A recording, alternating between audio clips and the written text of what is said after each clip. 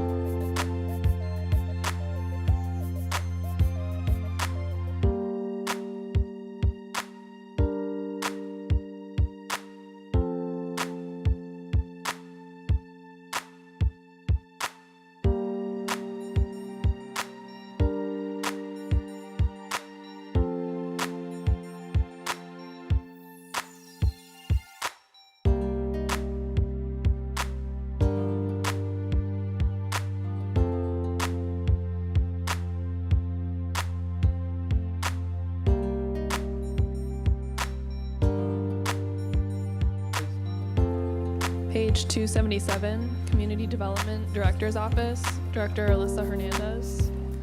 Page 278, Salaries and Wages, 2024 unaudited, $373,352. 2025 budgeted, $598,958. Page 279, total expenditures, 2024 unaudited, $2,286,492. 2025 budgeted, $4,613,343. And number of employees, December 2024, 11. Budgeted 2025, 13. Mr. Chairman. Thank you. Again, we are returning. For those who are watching online, we're starting back with community development. Then I will relinquish my position back to, no, it'll go to Councilman Bishop to oversee public works for the remainder of the evening. Again, we held operational reviews. Operational reviews. And please feel free to circle back to the information if there are any questions you may have that you need further clarification on, all right? Finance team, you ready to go? All right. We are ready. Director's here? Okay. Sounds good. All right, and so just to note, we have green sheets for CD. Does everybody have a copy of the new green sheets? Is that for the whole section? 7, 9, so we Yeah, have, through the chair to the committee, should Yes. be changes on page 278 as well as 279. Okay. So you should have two separate handouts for those. got it. Okay, yep, you're all right. So 278, 279, we have changes from CD.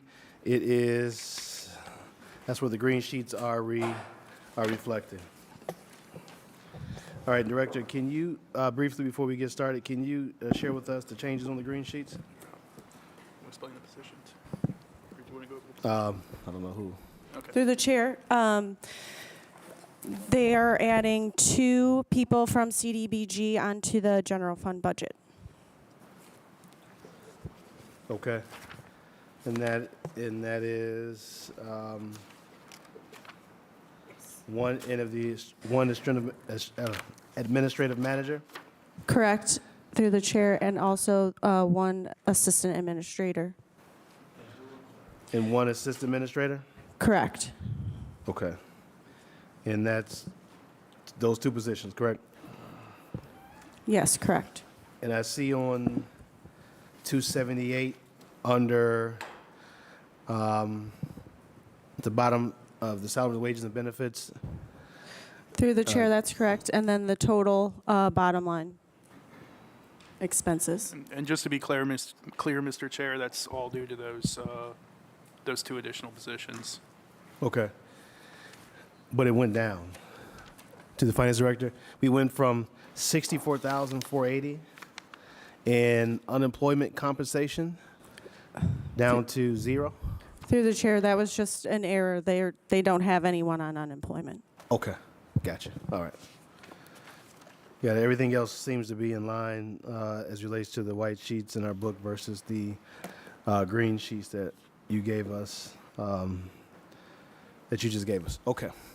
All right, sounds good. Just a few questions for myself before we get into the questions from the committee.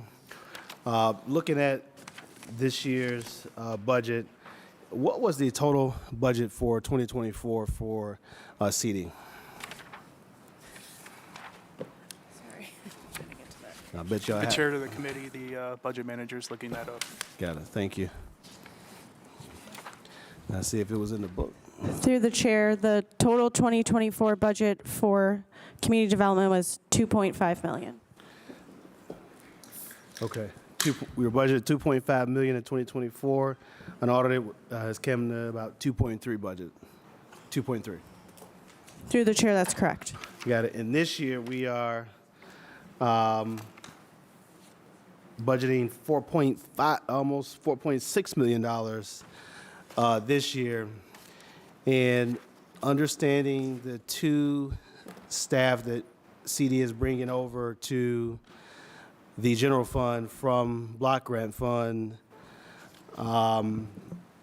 looks like that we're also changing the, I see the change, the reflection in, I'm assuming the salary and wages, 2025, 555 versus 330 from the previous year is the reflection of the two positions that are coming over?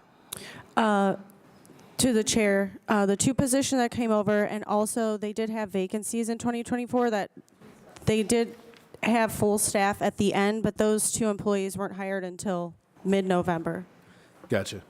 And can you give me the 24 budgeted salary and wages? Sure. 2020, through the chair, 2024 budget was just for full-time permanent or total? Sorry. Oh, just full-time permanent. Full-time permanent, $421,506. Okay. All right. So we're really, it's not 330. No. It is 421. Going to 555. Okay, got it. I just want to make sure that we're clear on the numbers here. Okay. So I know during our conversations with the department and also during operation review, two positions coming over, not a big issue, right? Pulling them from CDBG. However, we were told on multiple occasions and through many discussions that the reorg would not have any impact to the budget, but we are seemingly doubling the budget from 2024 to 2025. Can someone give an explanation of why the budget is being doubled from 2.5 to $4.5 million? Is this a result of the reorg or what? I certainly can. Thank you, Chairman.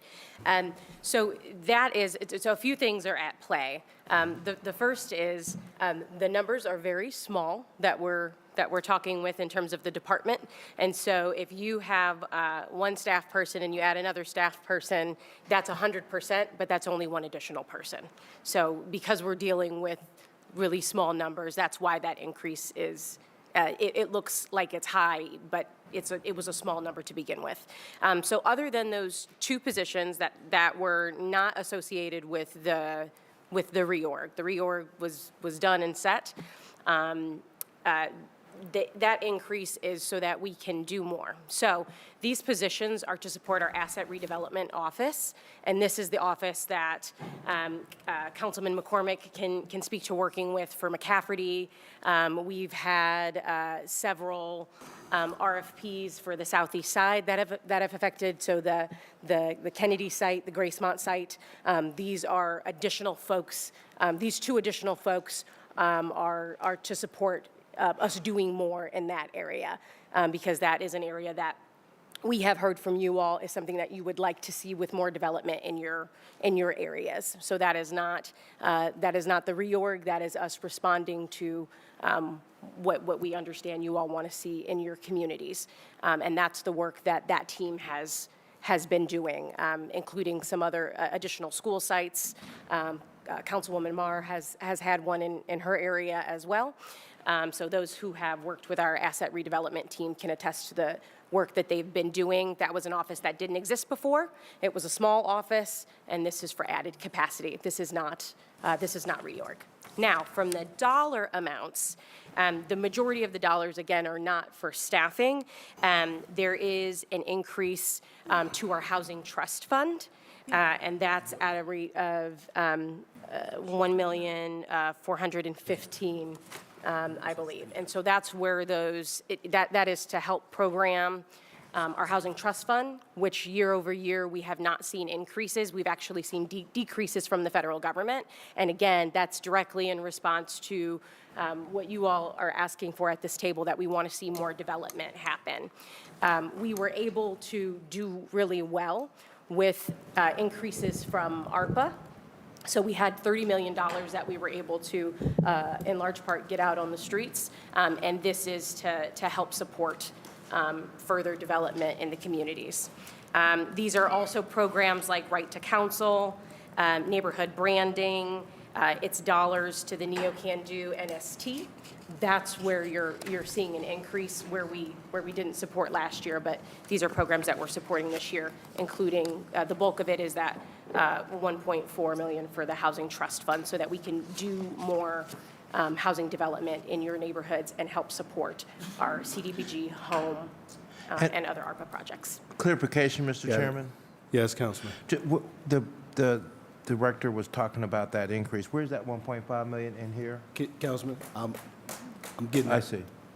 Thank you. Thank you. All right, thank you, Director. So can you point out to us, Director, Finance Team, can you show me where, I see a very large increase under contractual services and professional services.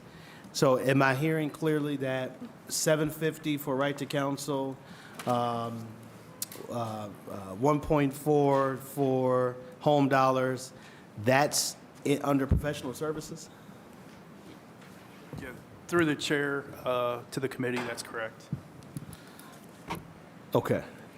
But if we're budgeted 2.4, we were at 4.5, almost 4.6. We were budgeted 2.5 last year. That's more than the numbers that you just gave me. And if you 3.6 minus 1.8, that number's off.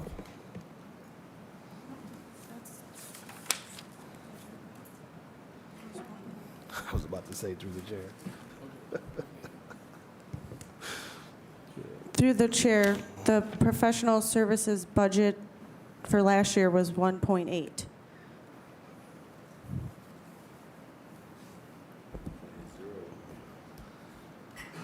Okay. Yeah. So we have 1.4, 750, and what was the other item, Director? Was it 1.5 million? Sure, What I is that can item? read those out.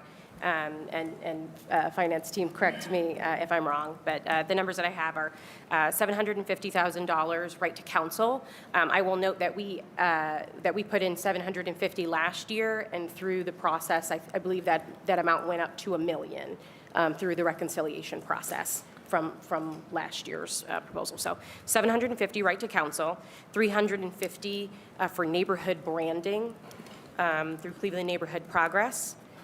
We have $1,060,000 for our community engagement specialists. These are the folks that are out in the CDCs, and that is also they are not employees of the city per se. They are contracted employees that work with the CDCs.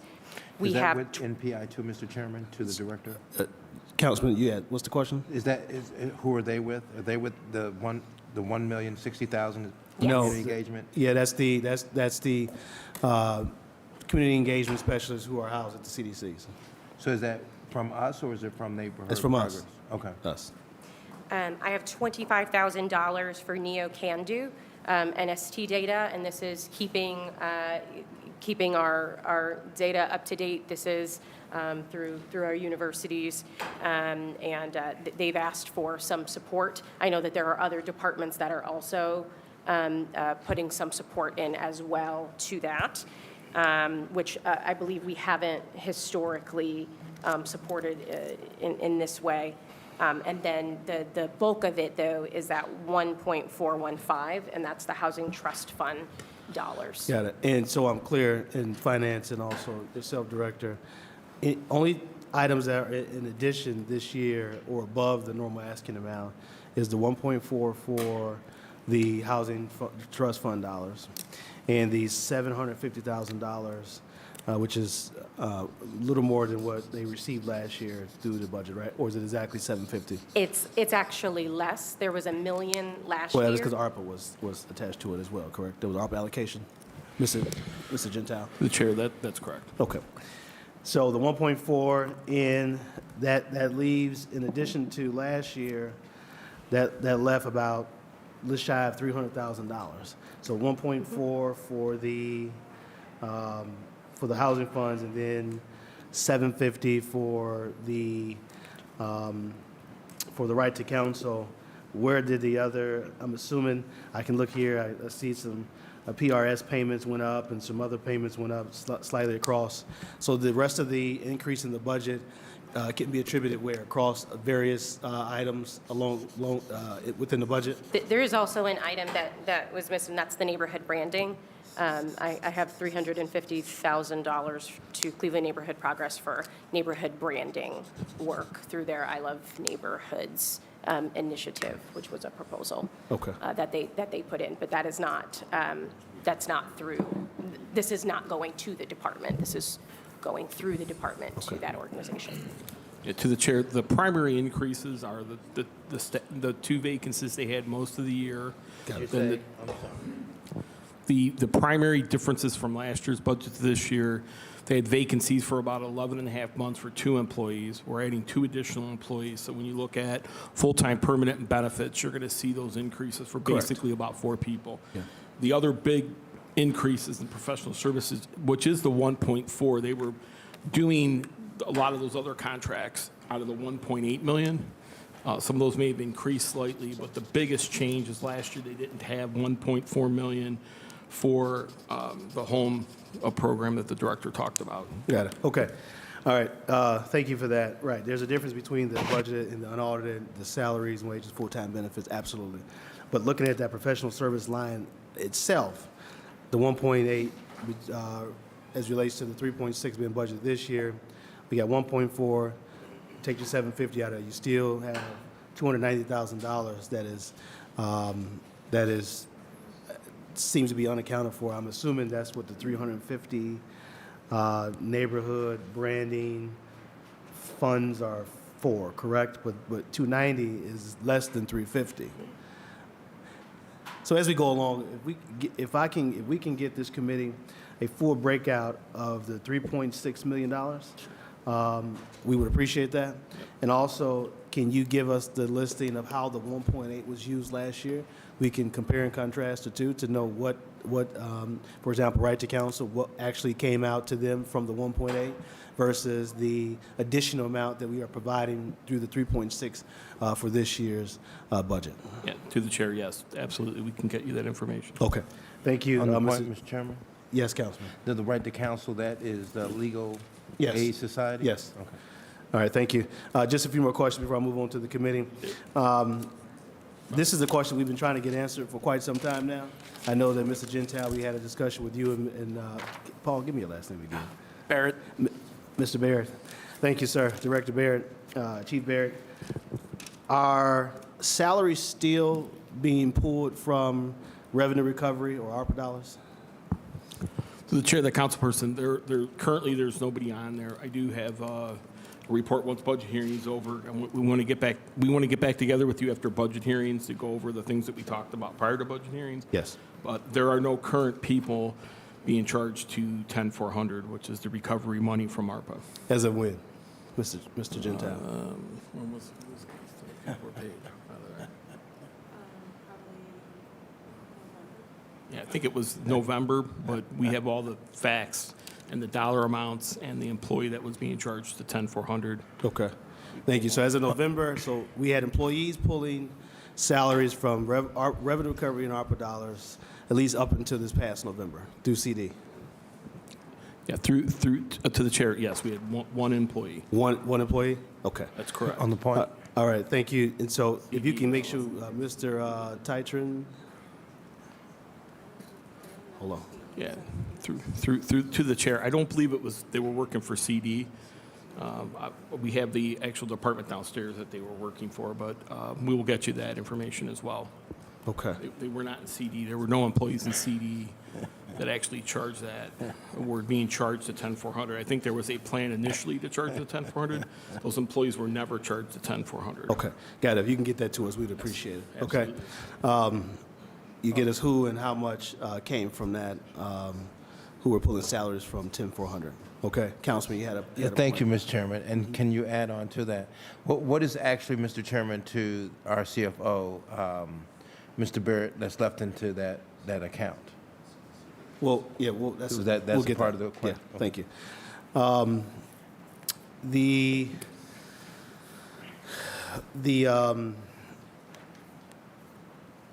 The land bank. I know we had a discussion also about the land bank funds that's in that sub fund 1400.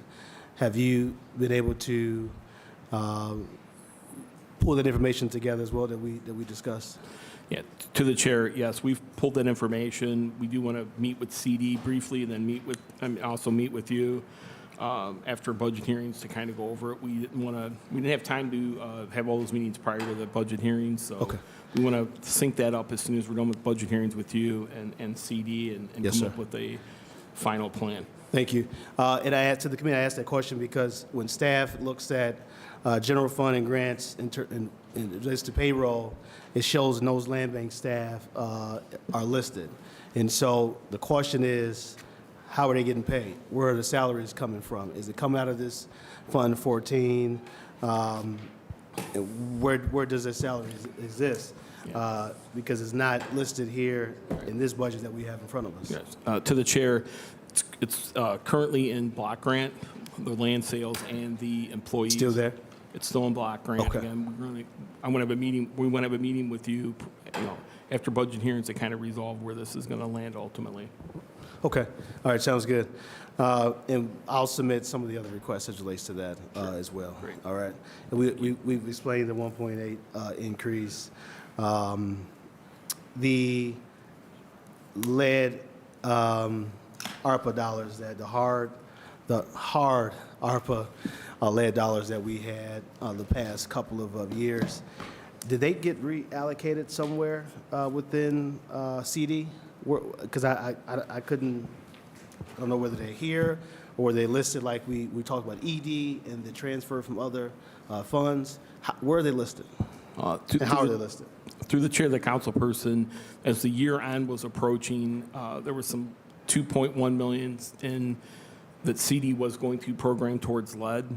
They were going to be unable to get it under contract by year end. So we recovered the revenue through revenue recovery. Okay. And when we brought it to the transfer ordinance to council, that went to back to basics for public works. Okay. All right. And is there any status on that lead contract? The chair, we still have the big lead contracts that we Still had do. with Mount Sinai Okay. and the other one. So there's a substantial amount of ARPA money still in the lead program. It was just 2.1 million. If we could not get it under a contract by the end of the year, we would have had to return it to the federal government under ARPA guidelines. Okay. So when it was apparent that we weren't going to be able to get it under contract, it was reallocated. Got it. Okay. Makes sense. We'll go to the committee for questions. Councilman Harsh, I think you had your hand up. Mr. Chairman, can you put me down? Thank you, Mr. Chair. So I know that we've separated out operations from budget, and I'm glad we did, but budget and policy can still overlap. So I want to make sure I understand, back to the professional services, 3.66 million on page 278. 750,000 for right to counsel, got it. 350,000 for the neighborhood branding through CNP, got it. 1.6 million for the community engagement specialists. Did I hear that correct through the chair to the director? 1.6 million? Okay. No, 1,060,000. Okay. That's different. 1,060, comma, For 000. community engagement, right. Okay. And then 25,000 for Neo Can Do through the chair? 25,000, small number, okay. And then 1,415,000, was that correct, for the trust, the housing trust fund? Did I repeat all those numbers correctly? That's correct. And that adds up to 3.66 million? Does that add up to 3.6? Well, that's part of the reason, Councilman, if I can interject, that we asked for a listing from both 24 and 25 with accurate numbers. You know, I know that you know how it goes. You prepare and you have an idea of how and who you want to support, but we want to make sure that the numbers that we're giving today are accurate, so they're going to provide us with the listing, a follow-up listing of the professional services they intend to use the money for in 2025, and also what they actually use the money for in 2024, which was 1.8 million. Yeah, I'm just making sure that the 2025 budget numbers I have in front of me, that I understand them. What I just rattled off, though, I'm still missing 60,000. To the chair, the councilperson, it's got to be another contract you have. We'll get you a complete list. Okay. Through the chair to the director, the community engagement specialists, I've been talking loudly about this. You know it's coming, so nothing sneaking up on you. That is allocated by city council via ordinance, I believe in the middle of the summer. I think we do this, I think it's a July 1st to a June 30th cycle. Is that correct, through the chair? That sounds about right. That's typically when we contract with the CDCs. Okay, and so through the chair then to the financial officer, is the 1,060,000 then parked in the budget in anticipation of the renewal for that ordinance? Or is it the money we put in last year for that ordinance? Could you explain to me how that works when we're sitting here in February budgeting for the year for an ordinance that we don't pass until June?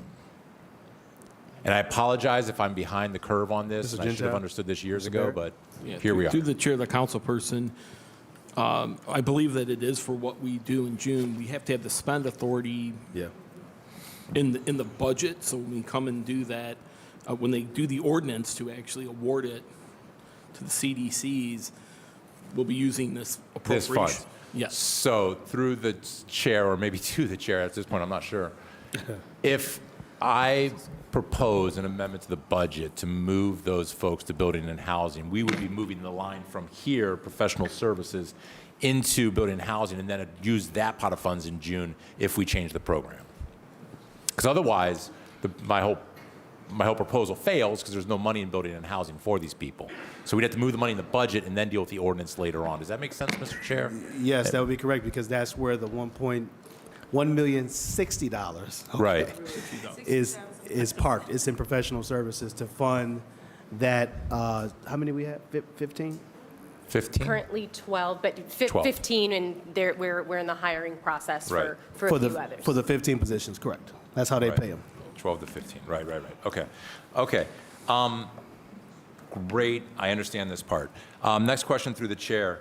The Housing Trust Fund also feels like a policy decision. Is this in response to decisions already made by this council or anticipation of an ordinance coming, or is this entirely administrative oversight for a Housing Trust Fund? Annually, through the chair, we put out a housing trust fund application where developers apply to. That typically happens in May, around May, or April, May. We try to do late spring, early summer. And these would be dollars to help support that. So these dollars are in addition to what we anticipate getting from the feds, or dollars that we got last year from the feds. Okay.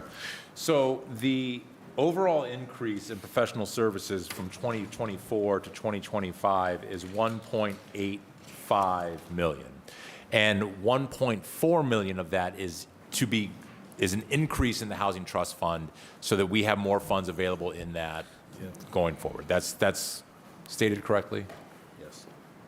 That's correct. That's correct. Okay. Okay, last question through the chair to the director. This council has bang the table to put more and more money into housing, more and more money into housing development. I am a big fan of building more places for people to live in Cleveland. We must build more places for people to live. But just for my clarity, is this still another ordinance that has to come back to us to renew, and we're putting the money in this part of the budget ahead of time? Or is this already under the administrative authority of the Director of Community Development through the chair to the director? My understanding is that this is already our authority. Okay. So the choice today is the policy decision for the year. We don't have to revisit this one. Right. This is to add on additional dollars to the programming that we already do. What I will say is that the majority of the dollars the bulk of the dollars come from CDBG home. So that's when that's the other part of that's the other part of the budget. Yeah. And so we would get that authority, not through the general fund budget, but through that. But and so, Mr. Chair, just to make a note for my colleagues, because I'm going to be bringing this up again later, this is the section where I will be proffering an amendment later on for the community engagement specialist to be turned into property management inspectors over in the building and housing. So everybody caught that. We'll talk about it later. Thank you, Mr. Chair. Thank you, Councilman.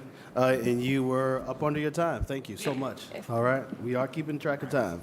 It was, you had a point? If I may, I actually. Okay. Councilman Joe Jones, then Councilwoman Spencer. Thank you, Mr. Chairman. I did have a quick point. I'm so sorry. Director Lightfoot, a quick point. I just want to make it clear that these are community engagement specialists that are contracted, again, with the CDCs. So pulling that is not pulling from the Department of Community Development and putting that into building and housing. It is pulling folks out of the CDCs. I just want us to be very clear on where those dollars are coming from and the program that they're associated with. And so look forward to further conversation there. But that is, I know that there's been a lot of conversations about federal dollars, and that directly affects the community development corporations. So I will just. It's just the location of the money in the budget is in your department right here. That's all. Through the chair. Yes, well, go ahead, Councilman. It's all good. Thank you, Mr. Chairman. And to Councilman Harsh's idea, I don't, this has nothing to do with the validity of our idea. I think it's a smart idea. The question I would have, though, Chair, is would you amend, if you're allocating the dollars to the director's budget for this program, would you amend the budget, or would you amend the later on ordinance delegating how the program works, given the fact that the dollars are still within the budget? I think we should get legal clarity over that. Got it. Yeah, Mr. Chairman, I just noted that the budget gives the director the dollars, right? So I wonder if you want to move forward with your idea, is that an amendment to the budget, or is that an amendment to the authorizing legislation down the road pertaining to how the program works? Because even if you switch the program, you could, in theory, still leverage the dollars within the director's budget to complete the program. But there's a question mark at the end of that sentence. So I'm just saying I think we should seek clarity on that. If I may, Mr. Chair, because this is really Yes, Councilman. in the weeds and we're here for it, right? No, Not really, but I'm bringing we'll this take up through the chair to Councilman McCormick because I think we have to do both. If we try to amend the ordinance this summer but have the money in the wrong department, I don't think we can transfer money between departments in the middle of the summer. If we transfer the money now in anticipation, then I think it'll be much easier later on. So, Chairman, I believe we can transfer money whenever we want. From one department to another? Yes. With legislative authority. Yes. Okay, because this was a roadblock last year. People said, no, the money's already in community development. You can't move it. This is what I was told. All right, thank you. Thank you for the discussion. Mr. Chairman. We will have further discussions determine whether we amend both and when we should amend, if we decide to amend, to make changes to the program as it exists today. Thank you, Councilman. Councilman Joe Jones and Councilwoman Spencer. Thank you, Mr. Chairman. I think that's an interesting thing. We certainly want to know what, how that would impact and I'm not going to get into it because at some point we'll get into it a little bit more deeper, the having the perspective of the director of the department and how that would impact. But I want to start on page 277. And if, and this is, Mr. Chairman, again, just like Economic Development Department, Community Development Department is just as equally important because of the resources that it offers and the services that it provides to our citizens are very critical to improving our housing situation in addition to stabilizing our neighborhoods. And so I would like to ask Mr. Chairman, the director, to talk a little bit about some of these numbers that appear on 277 as briefly as she possibly can in terms of the production and the output metrics. If she could go down through those pieces that are located on 277.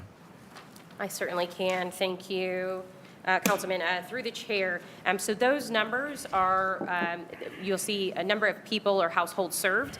For last year, it was 6,931. Those are numbers that we get, those are our overall. For number one, where it says housing stability cases, 6,863 of those are from the right to counsel. So these are metrics that are sent over through that right to counsel. And so this bookends really well with what you heard this morning with Housing Court and how we support families there. So that's what that number is. And I think the rest of it is we've got a number of houses painted.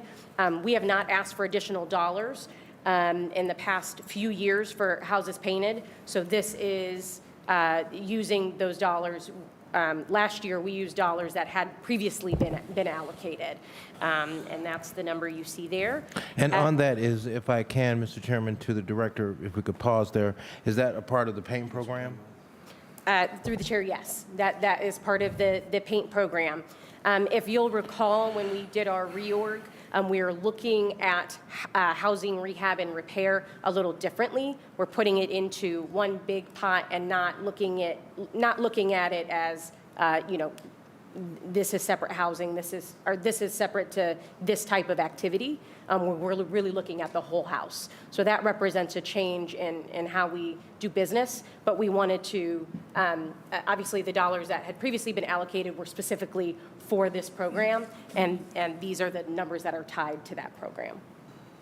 So in this, when we say now, is this like a semi-quasi program that's, you have the paint program along with other programs, and then they've all combined kind of like, and this is the number of homes that you were able to do rehabilitation work with in addition to painting them?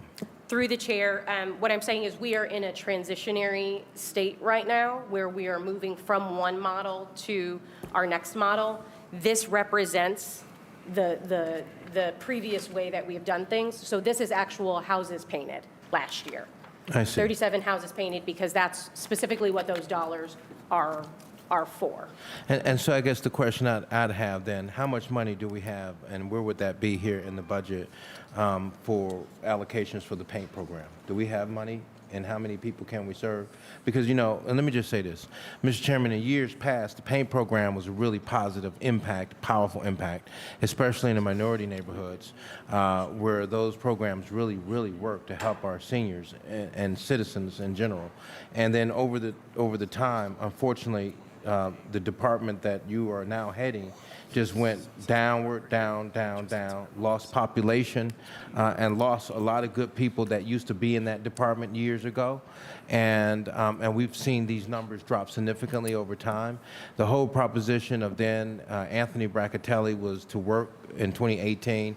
One of the things I wanted to see was bringing the paint program back to the citizens of the city of Cleveland so that we can have a program that helps them out. So where are we at with this at this point? Because now it seems like it may be something else. So, Mr. Director, what I'm hearing, Councilman, if I'm correct, does your budget reflect dollars for the funding of the paint program?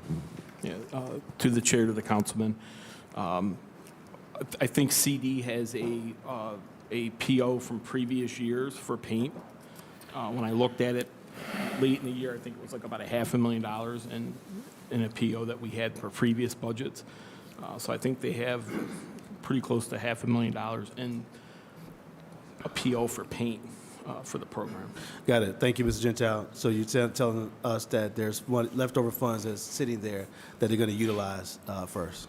Got it. Councilman. That's correct. So, and then here's the next thing too, being able, because that's a part of what we were talking about here, with getting clarification on where some of the funds are going to, and having the community engagement specialist. So I think part of that is this last number here, where you have a community engagement survey interactions. Is that number 15,000 represent that $1.4 million that's going to be added to the Housing Trust Fund? That's what that pays for? Through the chair, yes. Okay. And so are these people also responsible, Mr. Chairman, to the director for making sure the citizens get into the paint programs?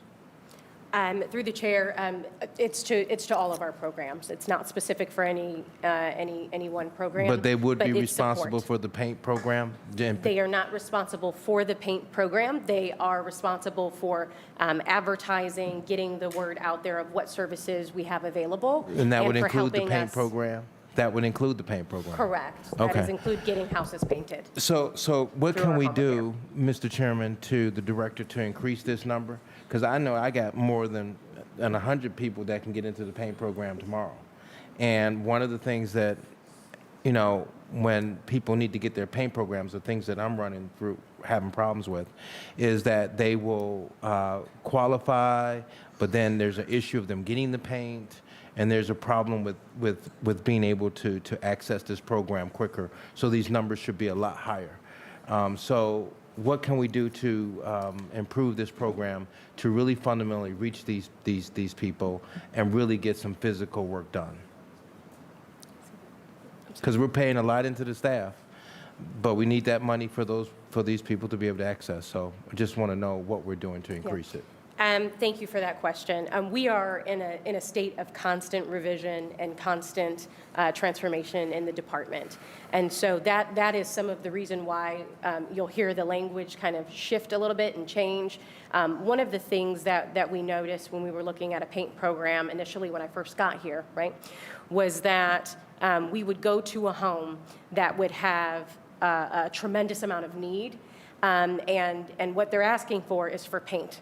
But we can't put paint on a house where we're leaving it a freshly painted house that is that's not able to safely be occupied by the residents, right? So that's why we broaden the way that we look at it. Now, this actually engages quite well with the conversation that we were having about the community engagement specialist. These are the folks that are out at our community events. They were out at the town hall last night that we had in your ward. They're out all over the place trying to let folks know what programs are available. So these are folks that, yes, we're getting them in the pipeline. But what we know is that we have to do better once we get them in. It's not a pipeline issue that we have. We've got to get them to completion.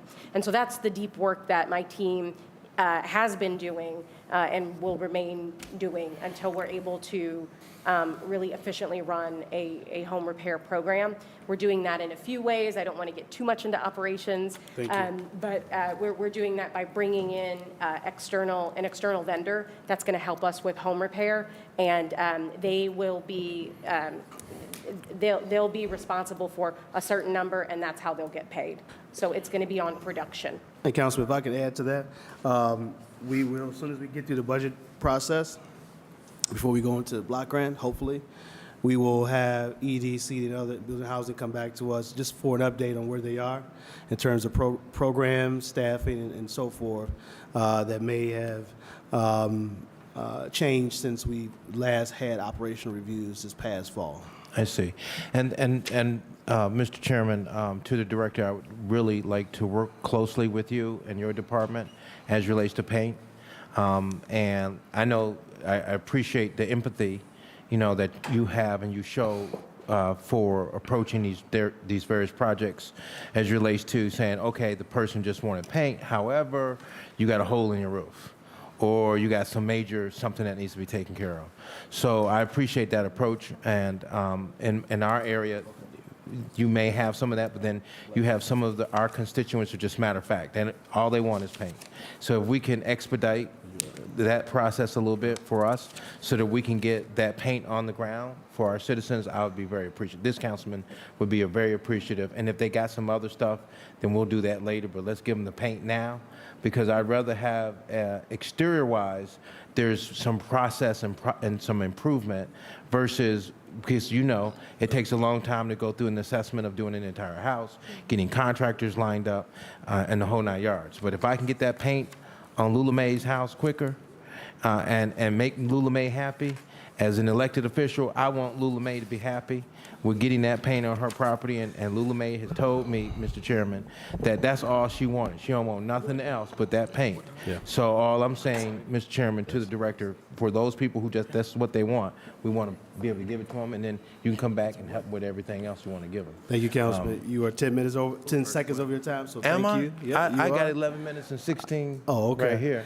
All right, thank So you, I'm- Councilman. And Director, can you make sure that whoever the rep through the CDC for Councilman Jones's area, if they can work with him to make sure that Lula Mae receives the Mr. paint, Chairman. for a house, we would greatly appreciate it. Sure And thing. whoever else that he has that will Can I come wrap to it up? the program. Councilman, I need you 10 seconds so we can move on, okay? Well, the issue is, Mr. Chairman, I got 11 minutes, so I don't know how we Well, got. I don't know when you started your timer, Cal. You got I 10, started 15 as soon seconds. as I but started gotta move on talking. to Councilwoman Spencer. Go ahead. So, Mr. Chairman, let me just say this, because I think this is really important. Absolutely. This department is critical in delivering services, and I'm thankful and appreciative of the work that Director Alyssa Hernandez does, because inheriting an department that has been broken for years, has been in the newspaper for years, is being broken. I think that you're doing an outstanding job reaching out to our citizens and trying to redevelop your programs in your department to deliver those services, as well as networking with other organizations to assist with local development corporations and strengthening them. And I think at the end of the day, Mr. Chairman, our local development corporations are Operation Arms in our neighborhoods, and it's a yeoman's job to do what you do to try to help shore those development corporations up, take assessments of those, as well as try to deliver the services in the neighborhood. So is this, and this is what I always say to a lot of directors, is this all that you need, just those two people, and then you are where you actually need to be, or do you need more money for other programs? Mr. Chairman, to our distinguished director. This is what I am asking for this year, and we will work with what we have to make our processes as efficient as we can so that we can do more, whether we have more or whether we have less. Thank you, Mr. Director. Chairman, to the director. Thank you, Councilman. Councilwoman Spencer, then Councilman Charlie Slay. Thank you, Mr. Chair. I am seated at the budget table between two forces of nature, Councilman Casey, Councilman Harsh, and just now was touching base with Councilman Harsh again. And wanted to go back to, I know Councilman Harsh he's really been advocating it for years. He will be raising to us, his colleagues, the question about that 1.600000 million for the community engagement specialists under professional services. My question through the chair to the director would be, if those funds weren't available, what capacity remains within the CD department to fulfill those functions? Because it's my understanding there are other positions, community engagement specialist positions, that are in-house at City Hall. So I would like to have a better handle and understanding of that in-house capacity through the chair. We do, thank you, Councilwoman. Through the chair, we have a group of 5 regional community engagement specialists that we felt that we needed to have a deeper relationship with the community, regardless of any outside organization like a CDC. We wanted to be able to directly go to those block clubs, those different ward events, and so we wanted to add on additional capacity. These are folks that we have hired. They are through CDBG, so they're not quite through this budget, but they are some of our most nimble our most nimble folks. They were meant to help augment, not to replace the work that happens in the CDCs. If these positions go away, what I will say is I would really welcome a full hearing and conversation, and I don't want to speak for the CDCs here, right? Because these are their contracts. These are folks that they have hired, and they support day-to-day operations within each of those CDCs. So I don't feel comfortable being able to speak on behalf of that program when the majority of the work they do is directly with the CDCs. So the CDCs can better speak to how those folks work every day and what would be lost if they were put with building and housing. Okay.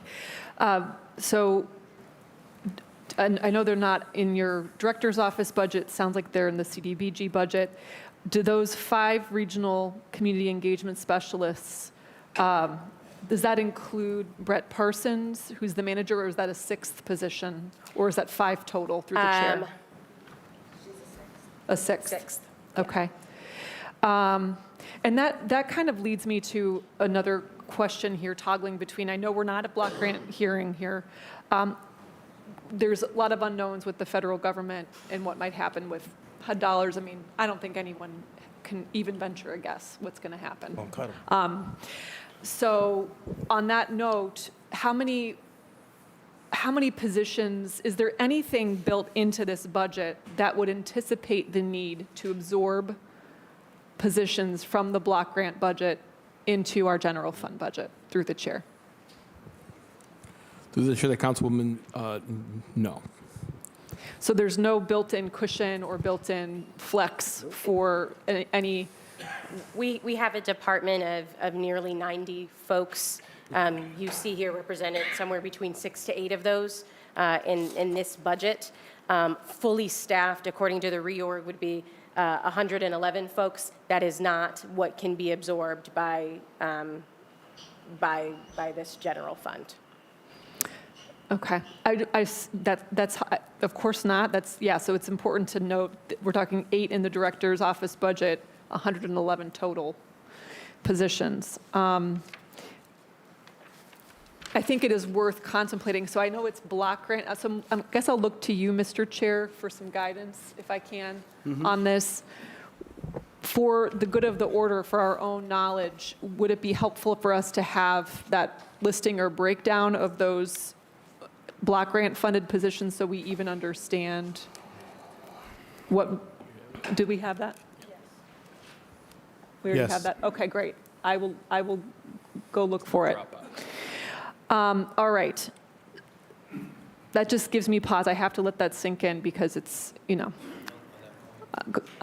I'll allow a point to Councilman Jones. I think, Mr. Chairman, distinguished colleague Jenny Spencer is right on par here.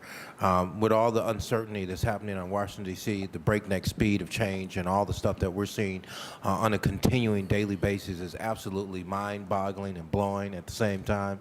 I think that we should be prepared to lose that money and then try to figure out some type of alternative plan and what that impact would potentially mean. Yeah. Because I see this what's happening on the national stage is really fundamentally to hurt. More so, it's going to do more damage, more hurt, more pain. And I think that we should be preparing ourselves, embracing ourselves for the worst case scenario, Mr. Director, Chairman. we need to start looking at what if. Whatever scenario that could happen. All right. Thank you, Councilwoman. Thank you. I also want to, under professional services, the Housing Trust Fund, $1.415 million. So this is to my knowledge, this is the first time that we have added our own dollars to Housing Trust Fund dollars. Historically, we've been given whatever we've been given from HUD, and that constituted the sum total of the Housing Trust Fund. This year, so first want to make sure that's an accurate statement. And secondly, is this the first year we have provided any of our own general fund dollars towards, to attempt to at least partially fund the Housing Trust Fund through the chair? Through the chair, the councilwoman, I believe this is the first time that we've put money in the general fund for this program. So is this, through the chair, is this 1.415 million sort of, is it more to anticipate a drastic cut from HUD, although I believe it's only ever been 3 million-ish. So it's never been, listen, it's never been great. It's been, listen, we're glad we had it, but we've always needed more for housing. Is this 1.415 million more to anticipate a HUD cut, or is it hopeful that we overall just want to grow our housing trust fund, or is it a combination of both? How should we position this ask in terms of a strategic move here through the chair? Through the chair, this is an ask that was asked before even the November election went through. This is something that we want to, that we have anticipated. We were able to use ARPA as really a pressure test for how much we can handle, both internally but also within the industry. And what we have found is that we have more really good projects that we would like to fund than we have dollars available. And it is simply in response to that. We have great projects that we would love to fund. We do not have enough funds to support those projects.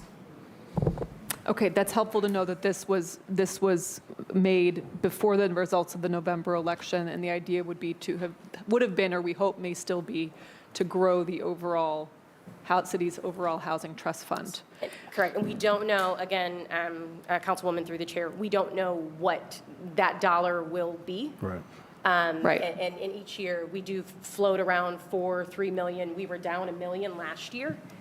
And so this adds on to what we don't know that we may or may not get, if that Makes sense. answers your question.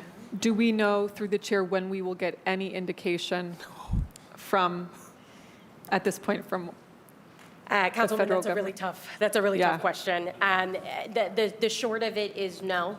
Right. We can do a lot of forecasting and looking into our crystal balls, but the short of it is no.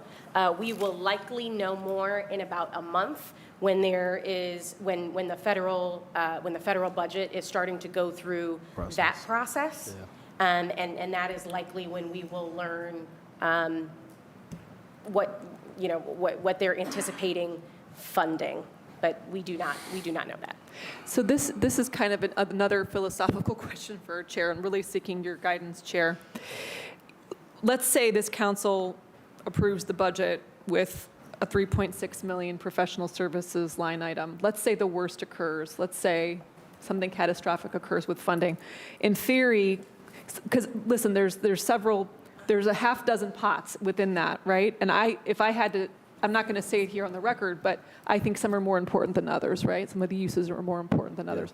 Who would then be able to, would there be the ability to say, we're going to move items around, or within that, in other words, approving that 3.6, do we have the ability to then say, listen, when we passed our budget, we didn't know what the federal government was going to do. Now that we've seen it, let's allocate line items differently than we might have with the original intent today at the table.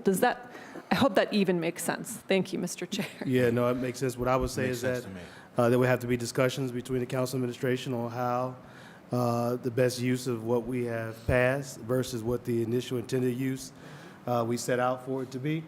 Then also, we will have to look at other resources that we have when we do transfer ordinances, when we do supplementals, all those other activities that we undertake to try to make up for any shortfalls that we may have from the federal government. Okay.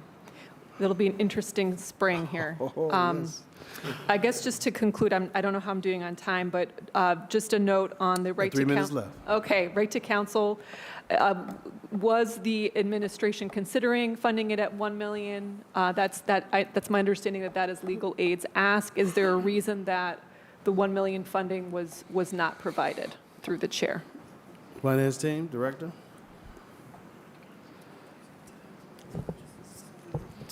Yeah. Through the chair, I think initially it was 500,000, and we increased it to 750. Through the chair, I believe it was $750 last year, general fund for right to counsel. I believe. Yeah. Yes. Okay. Council President has asked for a point. Just on that point, it started out in general fund as 500,000, and we added 250 to get it up to 750. They are asking for another 250. That's something we'll have to have a discussion, deliberations about. As I told them, I cannot commit. We will look at it and consider it, but we cannot commit because, as we know, there are other programs that have to get funded. But we did increase it 250,000 last year on top of the 500 that the administration put in. Okay, so as it stands now, we are matching last year's funding. We're coming in at 750, and we'll deliberate the additional amount. Yes. Okay. All right. Thank you, Mr. Chair. Thank you. Councilman Slife? Thank you, and my question about legal aid was taken from me. No, that's okay. It was great. You nailed it. To go back to a previous point, though, did I hear it correctly? Paint would be under professional services if we were budgeting for it this year. However, we're not because there's previous dollars available. Is that? Repeat that point, please. To the chair of the councilman, it's under material and supplies. Okay. Gotcha. Okay. Kind of a macro question. Unspent dollars from previous budgets would not be included in the carryover balance, correct? The carryover balance is essentially unencumbered dollars from the previous year's budget. Yes? Through the chair to the councilman, if it's encumbered, it is not in the carryover. Okay. So is there, nowhere in this book, is there any analysis of unspent dollars from historical budgets? And I want to be clear, I'm asking this very academically. I'm not advocating for anything. But I guess theoretically, I would be, and this is a request, what funds are encumbered from previous budgets? I would be interested in knowing the total amount of that. So, and again, I haven't had my growth spurt yet, so don't come at me. I'm not advocating for this. But if there's $500,000 in the paint program that's unspent, theoretically, part of the conversation could be about taking unspent monies like that and deciding if we want to continue to have them encumbered or to use them for other things as we talk about concerns from Washington and whatnot. But so is that something we can receive? Again, not advocating for anything in particular, but it would be useful to know what historical dollars are encumbered and what the value of that is. Yeah, through the chair to the council person, we have a monthly report that comes out of the system. I think we provide, it's on the monthly disc that we send to council. So it's an encumbrance report and a pre-encumbrance report that would give you every encumbrance and pre-encumbrance, but we can get you a copy of it. But we do print that every month. I will say, we go through that thing periodically to look for old documents, and if people aren't moving on them, we decertify them. So you'll see in the budget, one of the sources at the very bottom is decertifications. That's decertification of things previously put into a PO. So each year in the contracts that didn't go forward or they came under.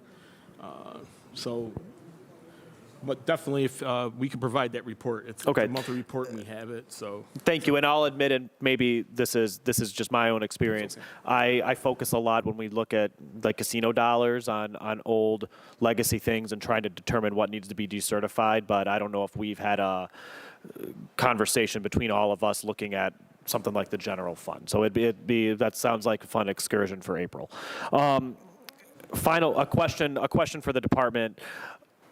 The land bank is funded out of block grant. Is that correct? Through the chair, yes, at this time, but it is through the softer funding. Sure. So it's the public services, the admin. It can no longer be charged as direct programmatic due to a HUD finding that happened just before I got here. Cool. We love HUD. Through the chair, where do land bank sales, where do those revenues get recorded in the budget? Is that to the general fund? Does that reflect in the block grant budget as revenue and get transferred over somehow? Because obviously, I know that there's land sales, but it's not appearing here, so I know it's just got to be somewhere else. Through the chair, the councilman, it's recorded in the block grant fund to kind of match the labor that's there. So the land sales post the Fund 14, which is the CBG fund. We do, Councilman, have legislation that is requesting that we are able to use those funds to better support the program, and that's ongoing. It's with the chair. But our hope would be that we can take those dollars that are coming in to help support our program. Right now, we have a staff of 3, and we have thousands of transactions that we're doing annually. So, thank you. But as of now, those dollars aren't being routed to the general fund. Is it essentially like block grant, recycled block grant dollars? Like, is it less restricted block grant dollars, essentially? You can say that. Through the chair, yes, that's correct. Okay. Thank you. That's useful. Now I know. Oh, thank you, Councilman. Councilman Joe Jones, 15 seconds only. Only 15 seconds. Well, We gotta Mr. move on. Chairman, Councilman Mr. Bishop has a very long I'm agenda. going to be very brief, Mr. Chairman. All right. It's always good to give an appreciation to those folks who work really hard. Absolutely. And so I just wanted to do that. So I thank the chair for the personal privilege of being able to do so. I want to do a shout out to Mr. Wackers. I had an opportunity to go to his office, and I just want to thank the director for making her staff available and having accessibility to deal with some of the most important issues that are impacting not just my neighborhood, but everyone sitting here at this table.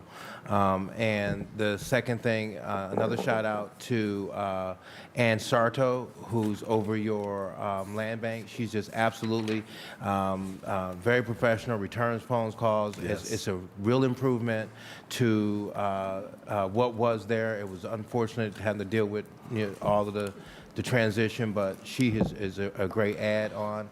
And Mr. Chairman, I support the director on anything that she's asking for to continue to support the efforts that she's been making and the improvements that she's been making. And the impact has been very positive in our community. So thank you, Mr. Chairman, to the director for your All work. right. Thank you, Councilman Joe Jones. Anna is great.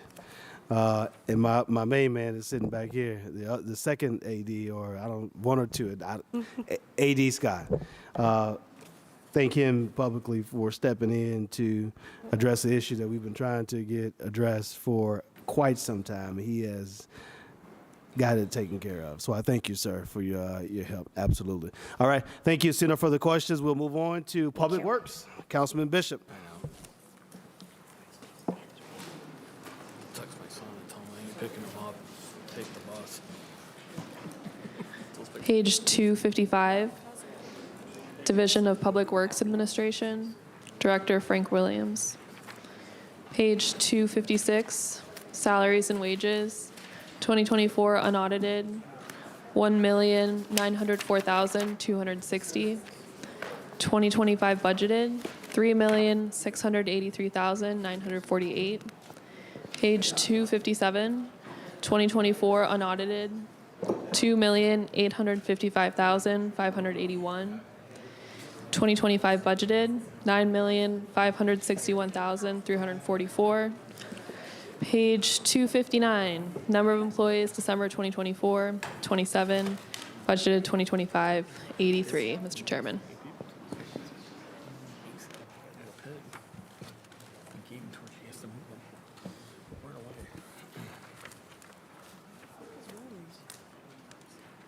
Frank Williams, he was here earlier. He's back there.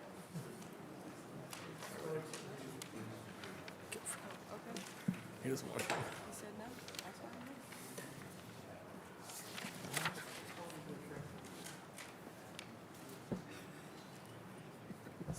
All right, thank you, Brooke. So first, I gotta get you to repeat the page so I can flip to the page. 255. All right. Is he not coming? No.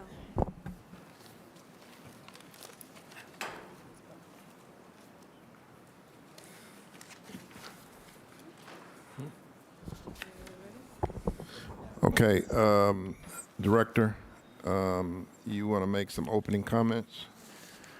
Through the chair to the committee, no comments. We're open for questions. Okay. Director, So let me first start off by saying in October, we met at Stella Walsh Recreation Center. We had operational hearings, and the entire body was invited. So we had the opportunity to question the Public Works Department at length. So if we can stick to budgetary type of questions, I would appreciate it. So when we broke up the department director last year, we were told that it was going to be budget neutral, okay? And so can we kind of go over, let's start with the administration, Public Works Administration. Can you tell us the total budget, how it differed from last year? What was the difference in the numbers and what was the difference in the head count? And then explain to us why. Can you tell us that? Sure. To the chair, we'll look up what was budgeted last year. This year, we've got Director, speaking to the mic.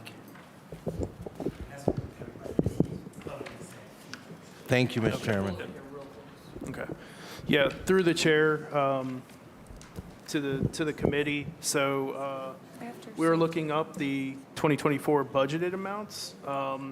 So last year, total expenses, we had $2,855,581 is the unaudited amount, with budgeted for next year for 2025 of $9,561,344. We had increases in full-time for next year as well, and seasonal for work on vacant lots. Both of those categories are seeing increases for that reason. So you'll see an increase in personnel this year. You'll also see in other contracts, $3 million, $3.1 million budgeted. So that's about $2 million from vacant properties for seasonal temp workers, $700,000 for expansion of 7 wards, $400,000 funding for vacant tree contract. Mr. Chairman, for point of clarification for information, what page are you on and what you're reading from? So through So I the can chair to the follow. committee, we are on pages 256 and 257, giving a general review as requested.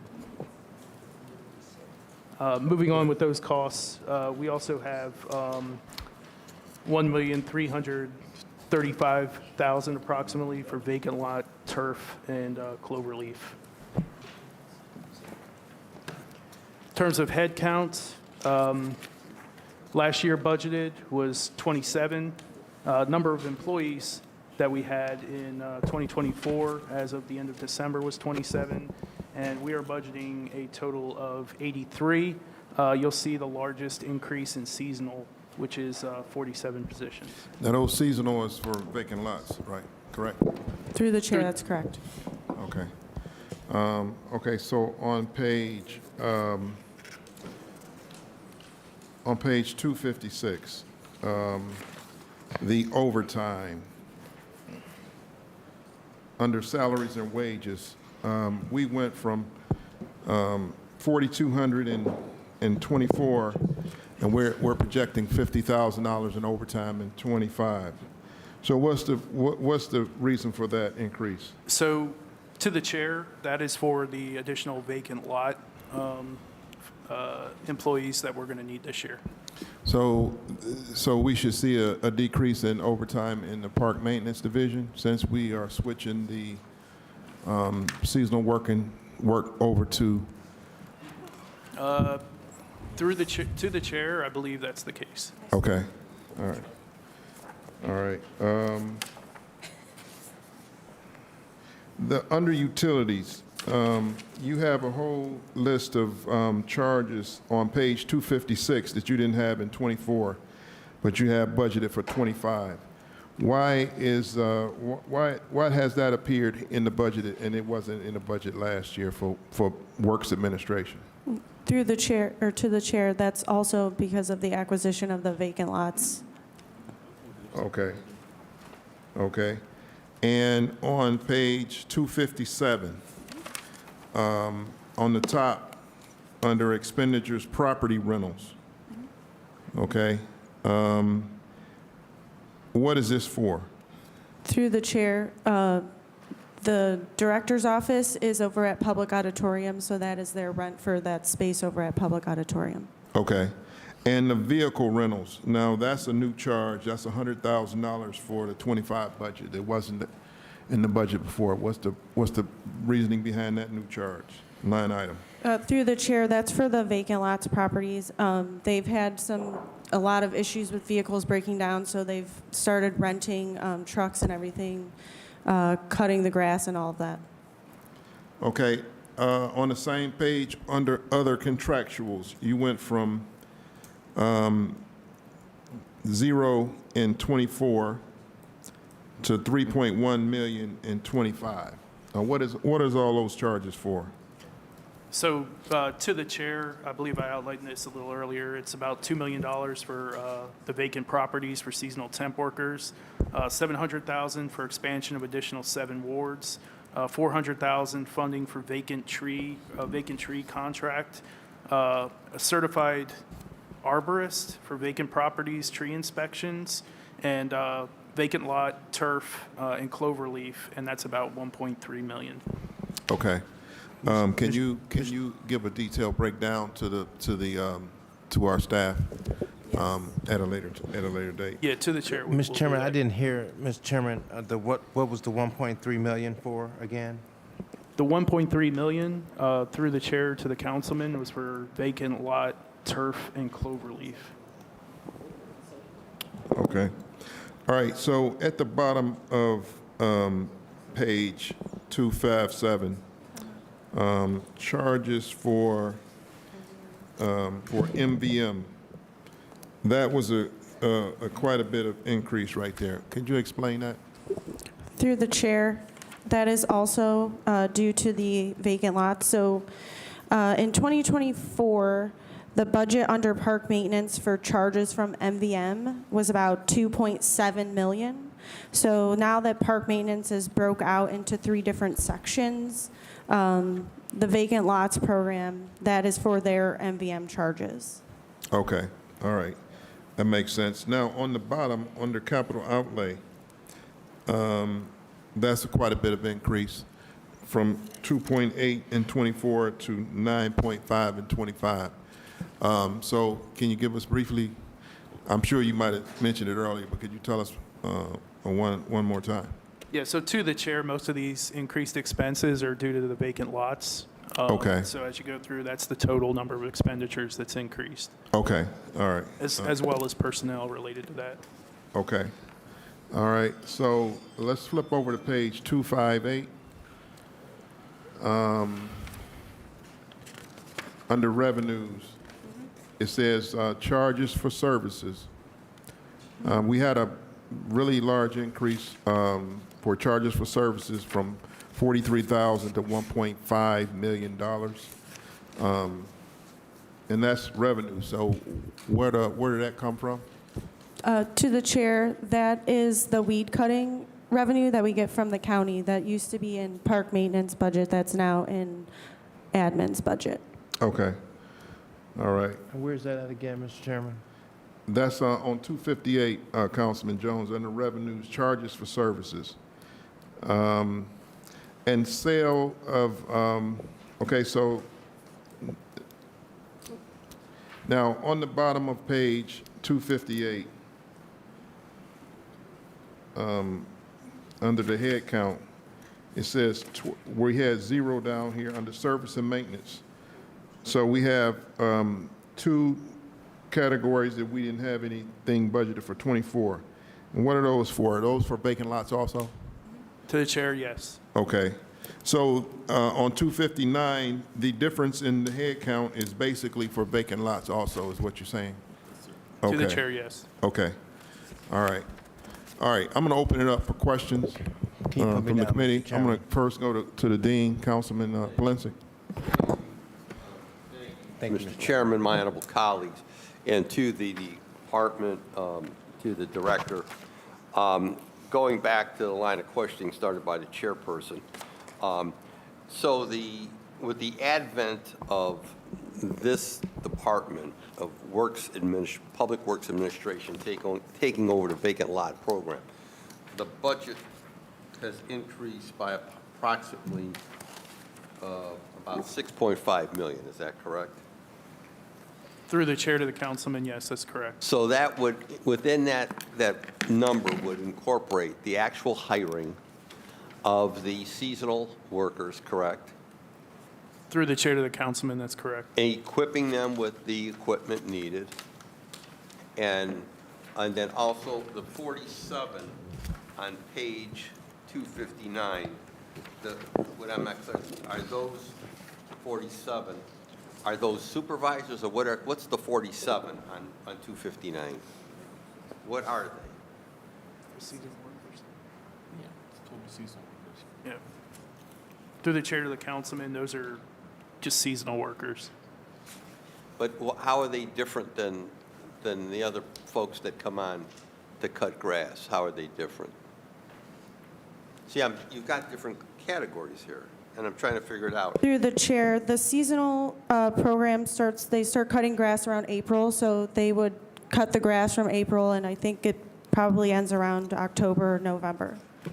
Okay, but you've got on page 256, under seasonal, you got 1.2 million. So that equates to how many people you're going to hire? Through the chair, that's the 47 people. That's the 47. But you're going to bring on many more than that to do lot cutting, correct? Through the chair, that's correct. And where's that number at? That's under the other contractual line. That's our Snyder-Blake contract. And other contractual, what page, Mr. Chairman? That's the 3.1? Through the chair, correct, on And- page 257. Yeah, and that equates to how many people? Through the chair, probably more than 300. Okay. This is what I want to be assured of going into this year. I'm not going to say anything now that I haven't said publicly. I think we have an excellent director in Frank Williams, a man who cares about the city, cares about the delivery of services, and I will say that to anyone.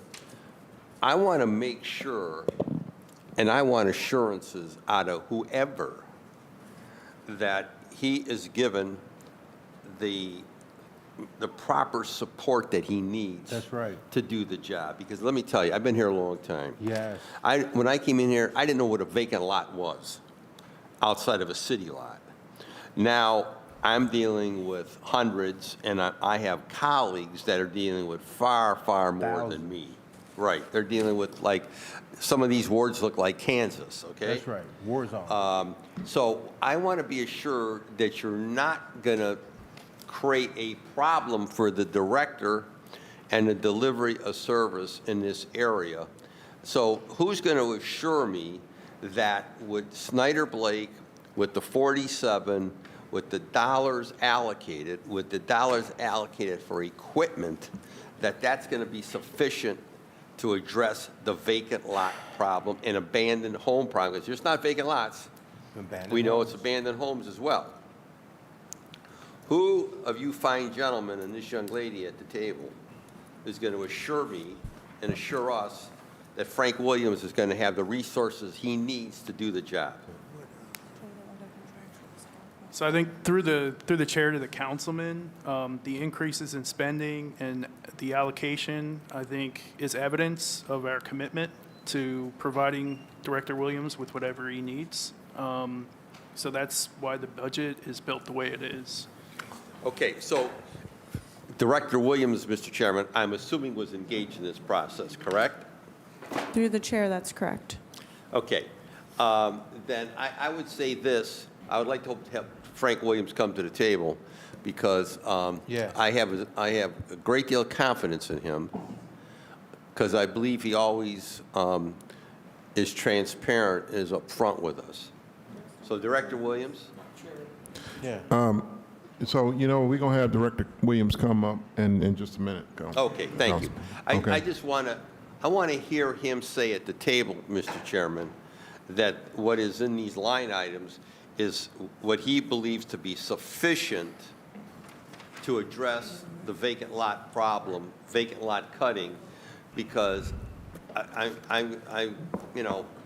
I got to have assurances, not just on behalf of myself, but on behalf of all of us. That's right. Because I know, Mr. Chairman,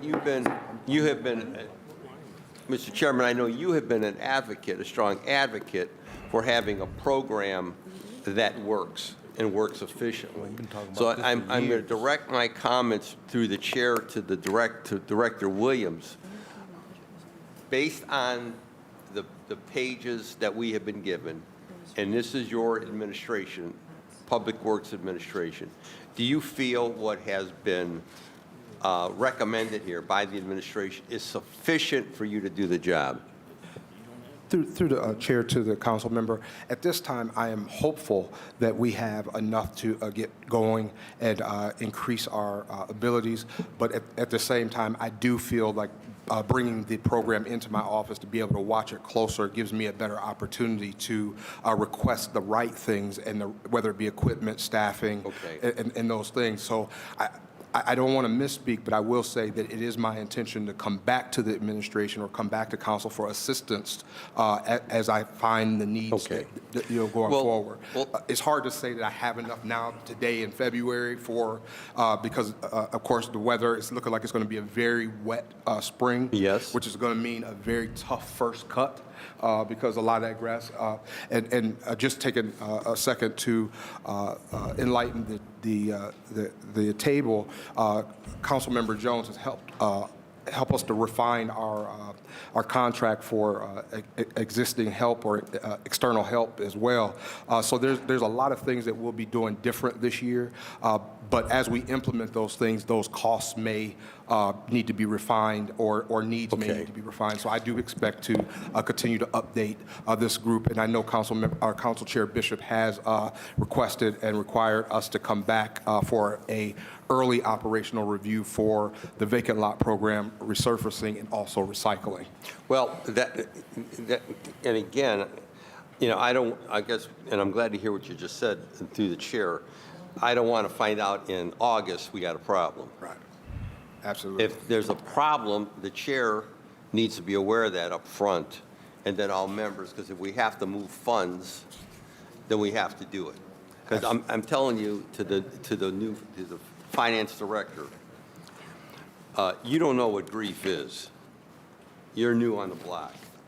But all of us who've had experienced the vacant lot program know what grief is and what the house of pain is. Huge grief. When these lots don't get cut and we can't adequately respond. So I'm hoping from the mayor on down that you folks understand this is a move. This was a move into Public Works Administration. And we've got to be assured that he's going to have the equipment, he's going to have the manpower, he's going to have everything he needs, because as every citizen knows, every house that comes down or every building comes down, now it's a vacant lot. And we got to cut it because no one else is cutting it. And unless we respond within a reasonable period of time, these wards become unsightly, but they also become a source of illegal dumping. As we heard yesterday by the head of animal control, we have a bigger wild animal problem than we've ever had in the city due to the vacant lots and vacant properties. Raccoons, groundhogs, skunks, woodchuck, you name it, we got it. There has been an explosion with the wildlife as a result of vacant properties and vacant lots. So it's a domino. It's a domino. I just want to be assured, based on what you have provided to us within the budget, and I'm glad the chair asked many of the pertinent questions that many of us had as it pertains to these dollar amounts, that with an increase of, again, almost $7 million in this area, in this department, and you're telling us at the table the bulk of that is going to go for vacant lot, the vacant lot program. We got to have assurances it's going to work. So write today's date and time down right now for you two gentlemen and Ms. Gallagher, because if this don't work, we got a problem. You guys are going to be reminded of this date and time. I'm not about to see this director melt down. I'm not about to see this director meltdown. I think he's a wonderful director. I've said this to the mayor. It's one of the best appointments he's made. And I'm not about to see a quality director implode because he doesn't have the resources. So I'll leave it at that, Mr. Chairman. Thank you. All right, thank you, Councilman. Chair, can I have a point of order? Sure. Councilman McCormick. Thank you, Mr. Chairman. I just want to, and I was guilty of this earlier, so I'm calling myself out here too. As a reminder to all members, per our rules that we voted on, the chairperson is responsible for calling up any guests at the table. I'm checking myself because I did it earlier. So let me check myself in my own comment, but I just wanted to remind that the Councilman Bishop in this setting is responsible for calling guests up to the table. Thank you. All right, thank you, Director. All right, Councilman Jones. Thank you, Mr. Chairman. I think my colleague really touched on this. As far as the Division of Public Works Administration is concerned, it seems like the bulk of this, the funding that's going in here this year, some of it is for the very first time, is dealing with seasonal work. So then my question would be, where was these funds at before? What department did they come from? Were they a part of the block grant proposition? I mean, how does that transition? Through the chair to the councilman, these funds were in park maintenance under Public Works in 2024 and before. So if you go back to your 2024 budget, you'll see it in park maintenance. They've now split into 3 sections, park maintenance, urban forestry, and vacant lots that's housed right here in admin. I see. And so they've just been moved over here to this portion of the budget. And then my colleague came up with a figure. What is the total parking of those funds? What is the total investments into our seasonal work, into our seasonal employees? Because there's 2 locations. You have one at 1.2, and then you have over here, which is kind of confusing, another amount or pocket of resources as well. So what is the total investment that you have on these books, and where will we go and see that they've been parked? Through the chair to the councilman, the total would be the seasonal line item and also in the other contractual, so 6.5 million total. So is that an increase from last year, Mr. Chairman, to the director? Through the chair, there are some increases, yes. So what would that increase be, Mr. Chairman, to the director?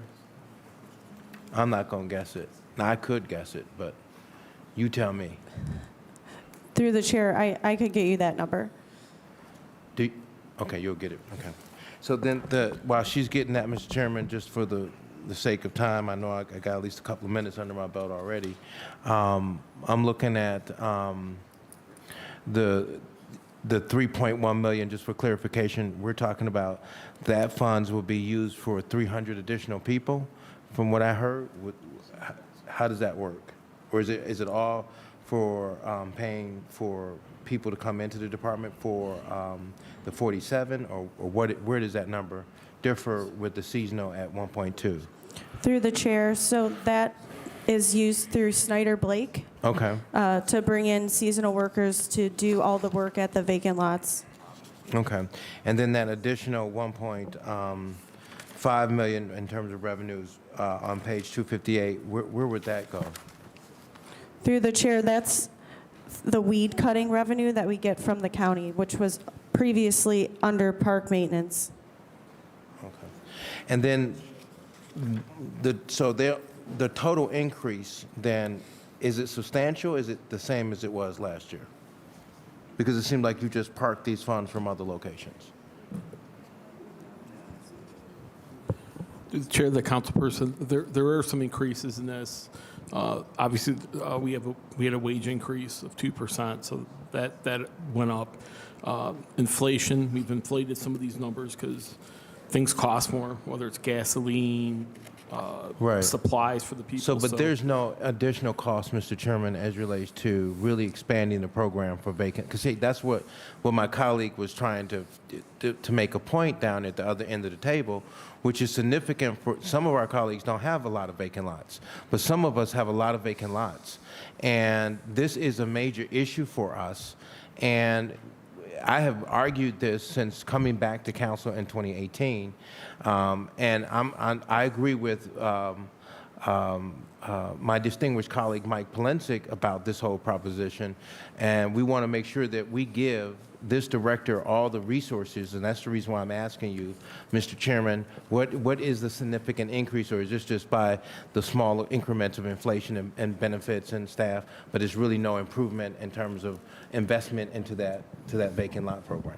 So I'm just trying to cut the fat around and find out what we're dealing with here. To the chair of the councilperson, I think what we should provide to you is what we spent last year on seasonals and parks maintenance versus what we're budgeting this year. I think there is an increase, but I want to get you the actual numbers, so you have actual accurate numbers. So we will provide that to you. I don't have that. Do you have, Mr. Chairman, to the director, and I don't need to have hardcore numbers, I just want to get in my mind, how big is the program expanding? So if you even have a preliminary estimate, is it through the chair, $2 additional million or what? Through the chair, I don't want to guess on that. I don't want to have a wrong number. We can quickly get you that information. It will not take long. We'll go back into last year's actuals, see what we paid Snyder Blake for this vacant lot program. We know what we're budgeting this year, so we can quickly get you accurate, real numbers. So I'd rather get you the real numbers. So we'll have somebody work on that right away in the budget office to get you actual numbers. I see. So now the 1.3 million, just for clarification, is for vacant lots for turf and cloverleaf. That's, when you say turf, is that putting new turf in, or is it just seed, weed and feed seed? What is it? What are we actually doing now? I know we talked about this at the table, so it seems like we're starting to implement, I guess, some type of clover to slow cutting on those vacant lots. Yeah, through the chair of the council person, yes, that's exactly it. And how would that work, Mr. Chairman, to the director? So through the chair to the councilman, I think that's more in the operational realm than it is the budget realm of how we would lay down all that. So, Mr. Chairman, can we, if it's possible, to ask the director how would this $1.3 million and how would that program work in our vacant lots, and how many vacant lots would be impacted? So we'll have a hearing on that, Councilman. We did have the operational hearing. We did talk about that, but we're just here to get the numbers down that we're trying to vet the administration's numbers. But we do want to sync that with the director and what he needs. So we'll have another hearing on that at this point, at some other point. But right now, we're just trying to vet the numbers right here, what we got here, right now. Right, so that's what I'm trying to do here, trying to make sense of the $1.3 million, and then what does that buy us? So that's my question, Mr. Chairman. We have $1.3 million for a program. How many vacant lots will that impact? Can we get that information, Mr. Chairman, as a request of information? $1.3 million, how many vacant lots will that impact? What are we actually doing in terms of the application for the expenditure of the $1.3 million? Okay. Ms. Saban, did you have that request? Okay. And then, Mr. Chairman, the next question would be, do we have any evaluation system that's in place for the $3.1 million that's going to be, because we've had this problem too with seasonal workers over the years in terms of performance and just having quality people come out and be consistent in working. This has been a problem in years past where we've had this contract out here, but the type of people that have been brought in has been difficult to have some level of consistency in there. And I don't know, Mr. Chairman, and we've talked about this, so this is the only person that we can go to and contract with, or do we go out and put that contract out and allow for bids for others to come in? How does that entire process work, Mr. Chairman, to our CFO? I'll take that. Through the chair to the council person, we do put that temp contract out. Historically, the only one that usually bids is Snyder Blake. We've put it out multiple times.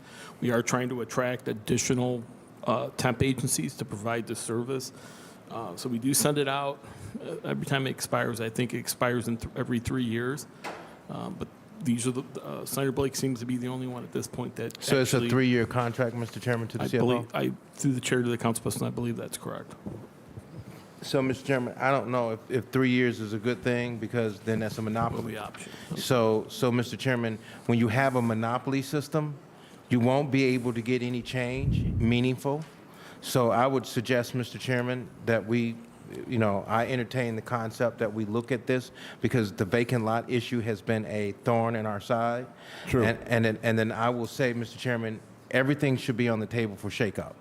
True. And so, Mr. Chairman, to the CFO, can we go to a one-year contract on these issues? And then we should, Mr. Chairman, to the CFO, have an evaluation system in place. To evaluate how effective our contracts are, and if we should even continue with giving contracts out with subpar work. Councilman Jones, I think that we are, that they're still trying to work that out operationally. And I do think that they understand that Snyder Blake and some of these temporary services have challenges. So I think it's an ongoing situation where they're trying to work it out to improve it. But we, like I said, we'll still have the operational review to kind of go over that because that's important. And I do understand where you're coming from. This is very important, especially on the folks on the east side. And then, Mr. Chairman, I wanted to just take the opportunity to echo my colleague, Mike Polensek.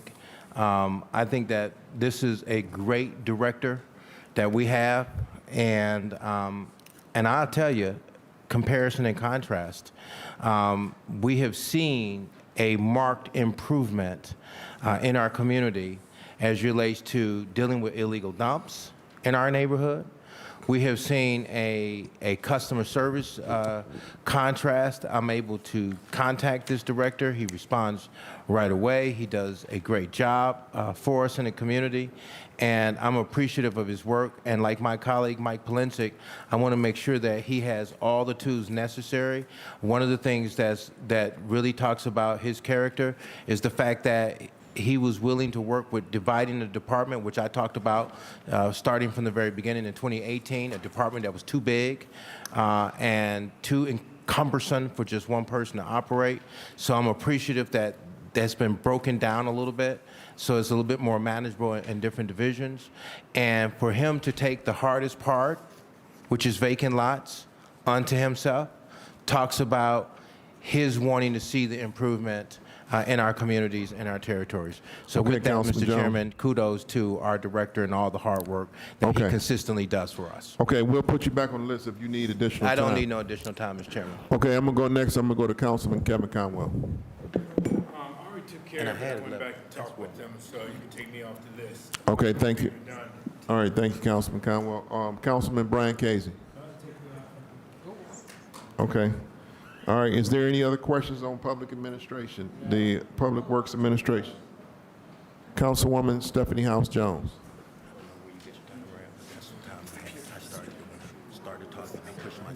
He's keeping the time. Are we going through the other divisions?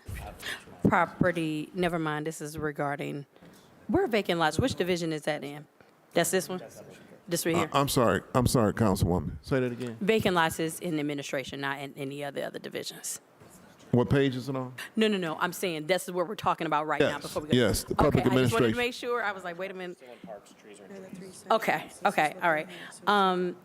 So I guess through the, this is kind of an operations question, but anyway, I'm gonna ask anyway, if it's okay, about I know we just got an email and reiterated from Brooke about, I think there's an allocation right now of 8.7 million going to our vacant lots maintenance program. Ish. It's 8.7, excuse me, it's 8.7. It was 7.5 and an additional 1.2. Okay, go ahead, take that. Through the chair, the increase in this budget's about 6.5, which is all pretty much vacant lot related. So it's around 6.5 that's strictly sort of the vacant lot piece that was picked out of the other areas. And Can you talk? I'm sorry. I'm sorry. There's about, through the chair of the councilwoman, there's about $6.5 million increase in this budget that revolves around vacant lots. So the approximate amount for the vacant lot program is around $6.5 million in this budget. And as through the chair to the finance team, and that's all going to Snyder Blake, or is it is there a part to the temporary workers versus like some, how would I say, small businesses, commercial contractors, things of that nature? Through the chair, the councilwoman, there's around $3 million that goes to the temp agency for temporary help. And then there's there's employees of the city that work on vacant lots, and you can find them on page 259 and 258. So it's a combination of around $3.1 million in contractual services through Snyder Blake, and the rest is employees' benefits and materials and supplies that revolve around the vacant lot program. And so, just clarification, so there are no small businesses that participate in the maintenance of our vacant lots? Through the chair of the council person, I think it's primarily, there may be some one-offs with CDCs and so forth, but as far as what the city runs out of this budget, it's pretty much Snyder Blake and employees. And That's not correct. Go ahead. Well, I mean, is Director Williams? Just a minute. Just a minute. Hold on, just a That's minute. why it's good to have these directors here. Yeah. So, Councilwoman, could you ask the question again, the direct question again? Yeah, so through the chair to the team, I'm just trying to get clarification on, is Okay. that Make a decisions part if of we don't have the the right information. vacant lots maintenance contract, that part of that goes to any small businesses of any source, or if it's only exclusively through our temporary workers and city workers? Because I know in at least 2 budget cycles prior to, we were rolling out a pilot. It was a bumpy start, and then there were some signs of success, and I'm trying to get an idea if we are continuing in that vein. Has it been scrapped, and is it reflective in this budget? That's really the source of my question. So can you answer that question? The chair, through the chair, Okay, let We're gonna me probably have, need the let me have Director Lar come to the table.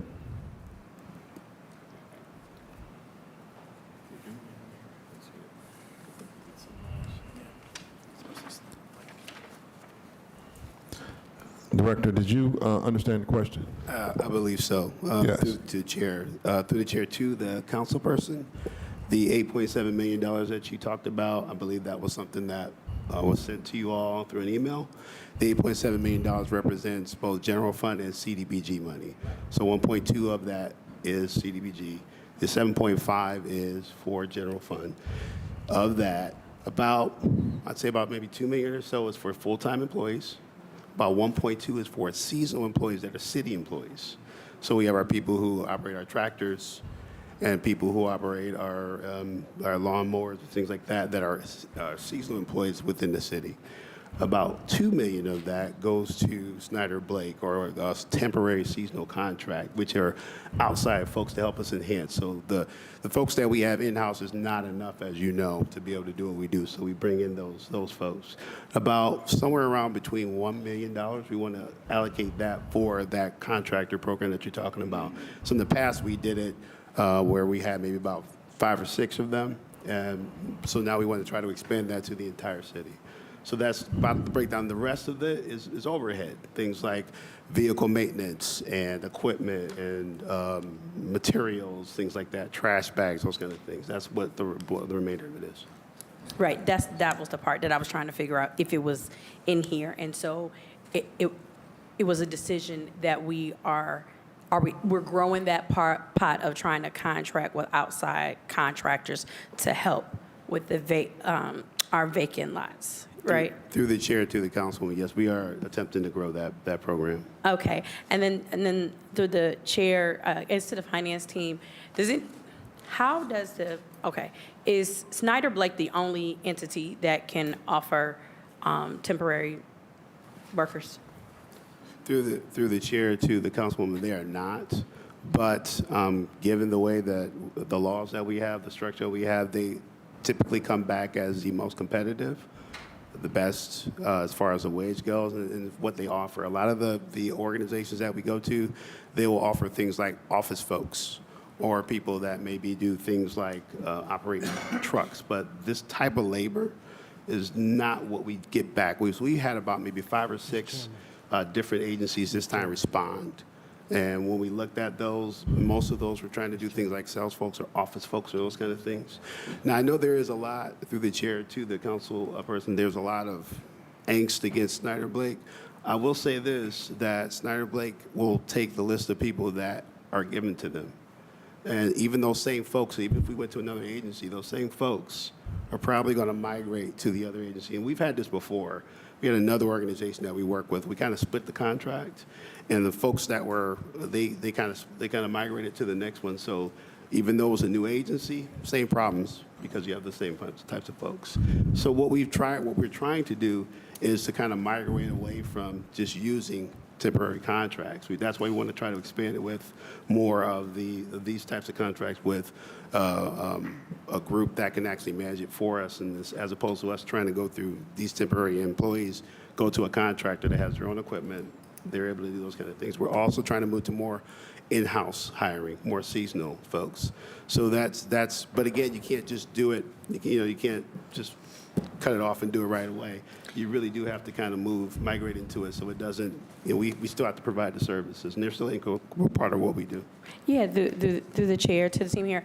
No, I was just thinking in a broader way of if this could be a career of some sort, and if there are a level of formalized places where it makes sense to partner with an entity, like for example, Job Corps. You know what I'm saying? I'm saying stuff like that where there's going to be a readily available group of individuals in perpetuity, and maybe there are opportunities to start growing our partnerships and just, and better align outside of some of this seasonal work, because again, you can get what you get, a lot of times in that pool. That's just a thought. So, Absolutely. Okay.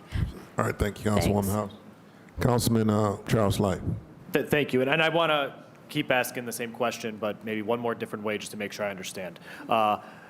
Because what's tough about this is since we subdivided park maintenance into these different buckets, it's hard to do a one-to-one of last year. So I just want to make sure I fully understand. Last year we budgeted around $3.1 million. That was at least the mayor's estimate number for admin. This year it is 9.5, but that's because vacant lots are now under Public Works Administration. So the increase is $6.4 million. No issues with that. We're hearing a vote of confidence. We want to cut vacant lots.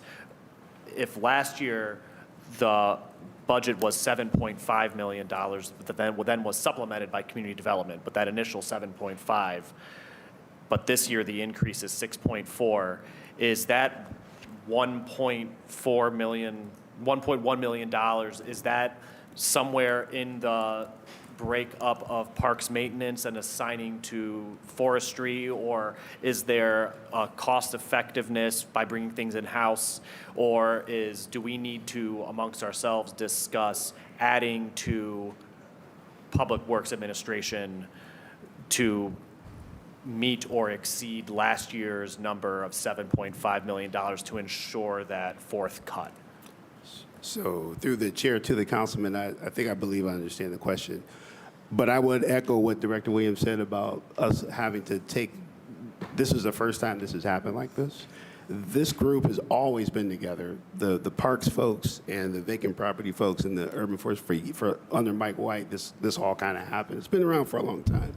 So to break this apart and say, hey, how's it going to work by itself?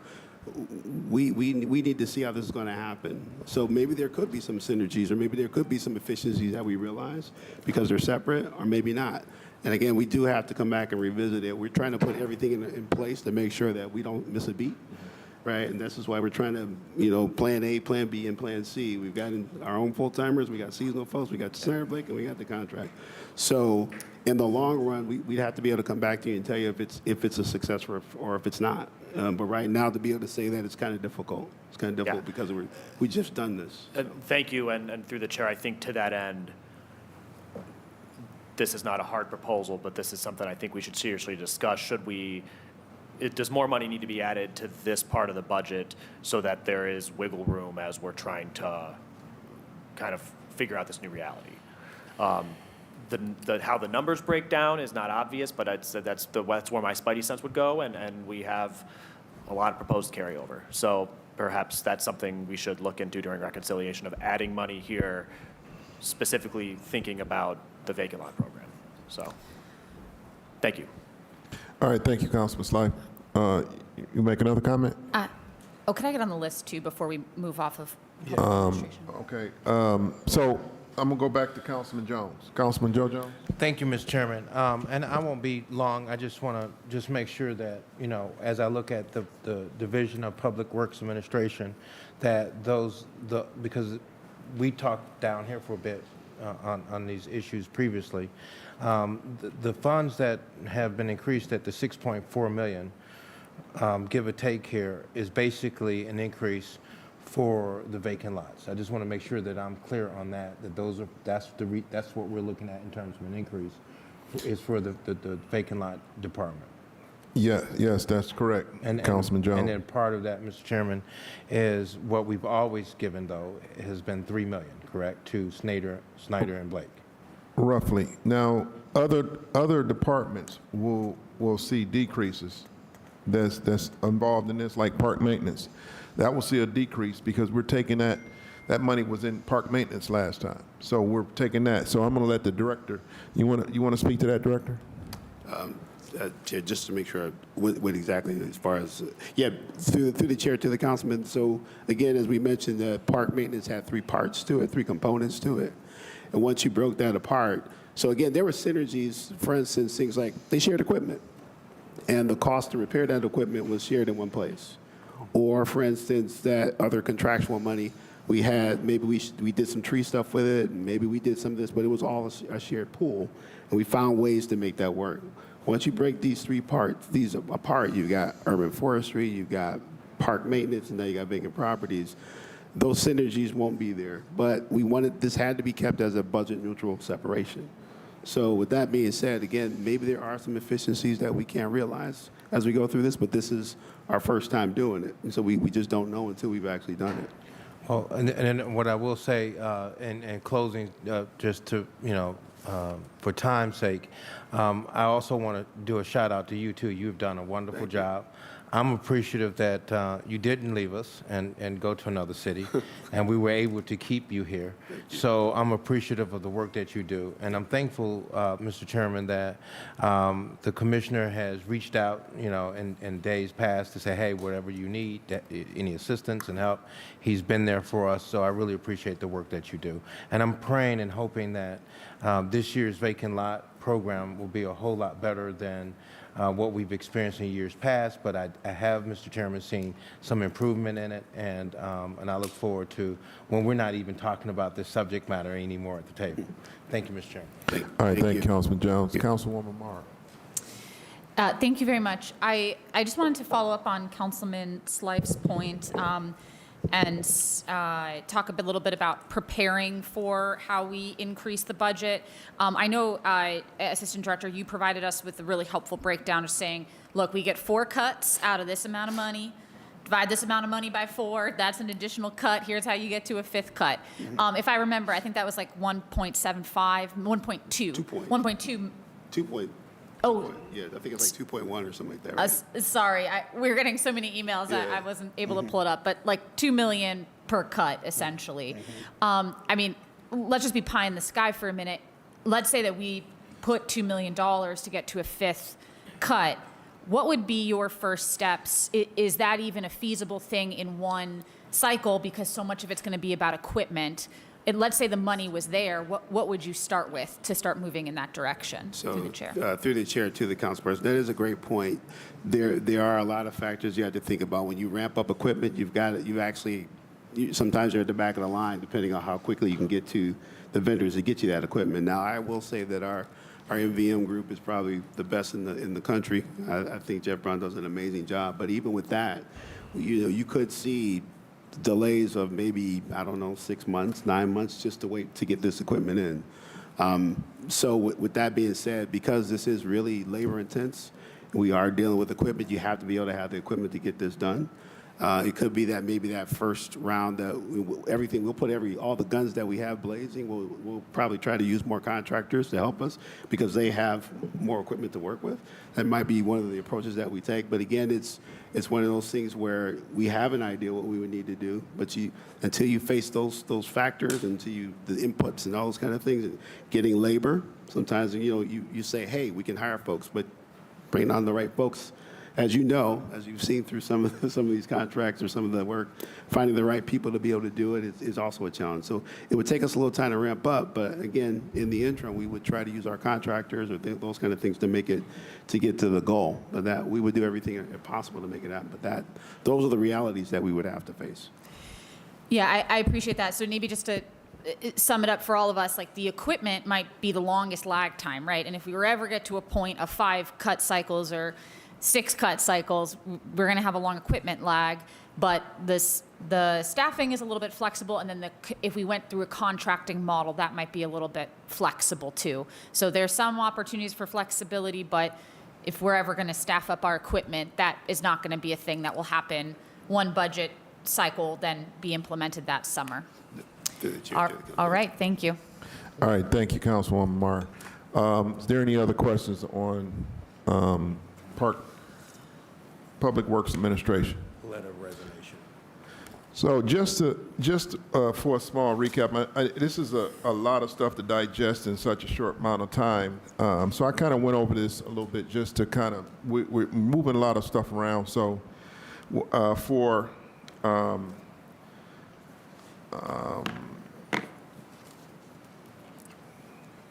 going to have $6.4 million for Public Works Administration. We're going to increase that budget. For urban forestry, we're going to add $5.9 million to urban forestry, and $1.1 million for our new Parks and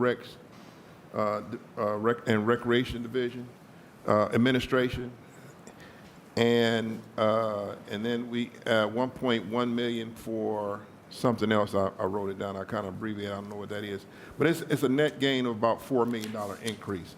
But we're gonna be taking money from a lot of different departments and moving from other departments. So that's why it's kind of hard to understand. But we're gonna go through each and every department. Okay.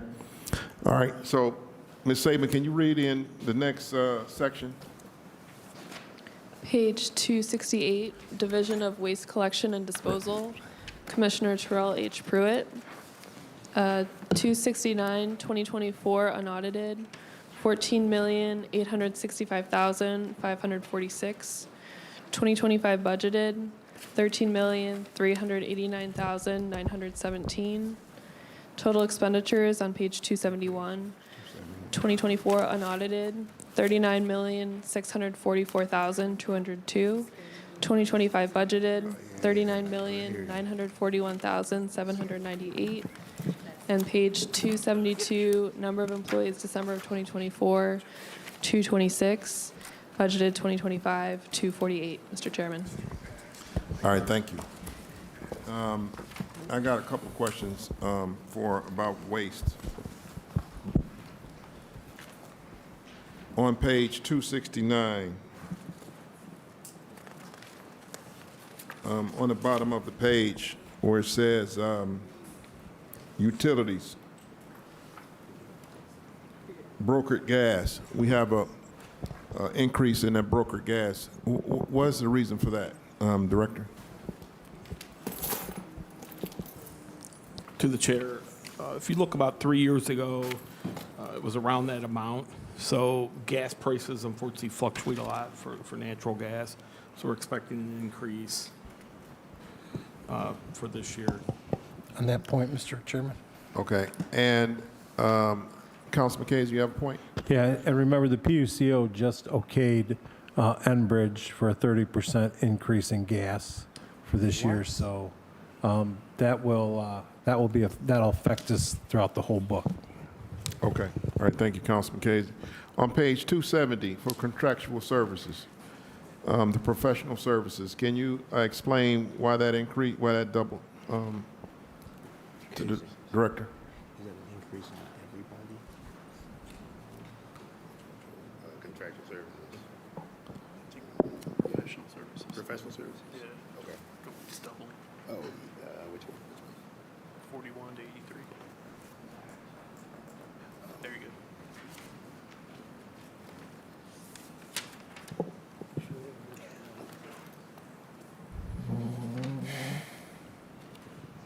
So through the chair, to the chair, sorry, that amount, if you take a look at the 2022 actual, you'll see that that's 95. I can't hear, Mr. Sorry, Chairman. if you take a look at the 2022 actual, you'll see that that's 95, if I'm looking at the right line.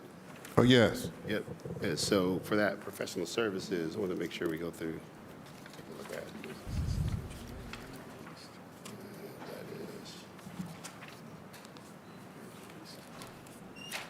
Actually, that's our training. This is actually our training. We wanted to actually bump up our training. So we have a lot of staff right now. One of the things that we have really tried to invest in is our people. And so we want to actually have more training, more certifications for these folks. Okay. Things like SWANA and those kind of things. To the chair, you'll see this across several of the divisions in my department, the increased approach to training or investment in staff as it relates to certifications in these different areas that they are experts in. So we are working to, for example, in waste collection, the solid waste certifications, being able to be certified in recycling, also even things concerning radioactive loads and how to handle those different things. We are trying to get better across the department in all of those areas. But one of the things that we have to do is invest in the staffing. And it really does help for long-term retention of staff when we are investing in them here at the city versus them leaving and getting those certifications elsewhere and then coming back. Okay. So on the same page, at the bottom, under other contractual, we got quite a bit of a decrease going from 2024 unaudited to 2025. Why are we pulling back on that other contractual and we're increasing the professional services up top? Can you explain that?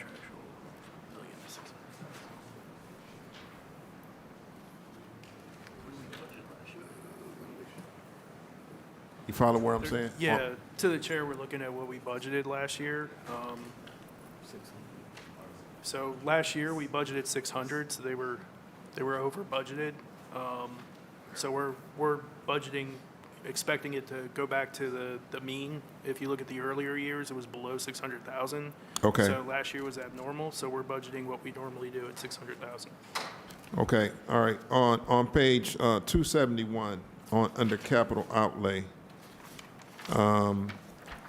you had 2024 unaudited 2.7, and then you don't have anything budgeted for 25.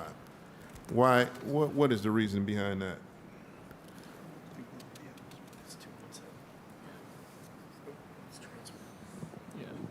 To the chair, the council person, generally speaking, we wouldn't really budget too much capital in operations unless we have additional money.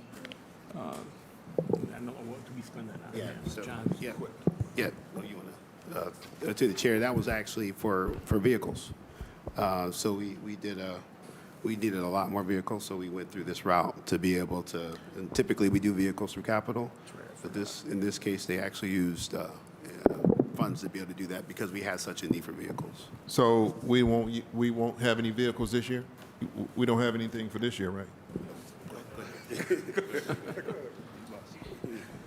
To the chair, the additional purchases are through our capital program to keep us going. This was to supplement because we were so behind in trying to, I think we were down, 20-something trucks per day, and we were trying to supplement. So when we had this funding, we used that to get some trucks, and then also our upcoming capital will have equipment as well. Okay, on page 272, under service and maintenance, the second column down, waste collector, You have 59 waste collectors for 2025 that you didn't have budget. You had anything budgeted for the last couple of years. So explain that.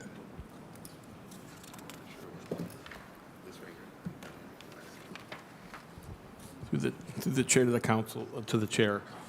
It's a reclass from municipal service labor to waste collectors. So if you look up the second line in that area, they had budgeted 58 municipal service laborers.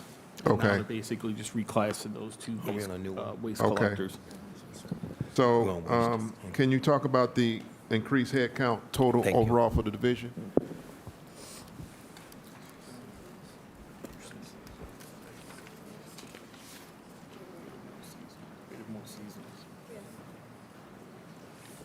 To the chair, it's for seasonal workers. Mr. Chairman, he put me down.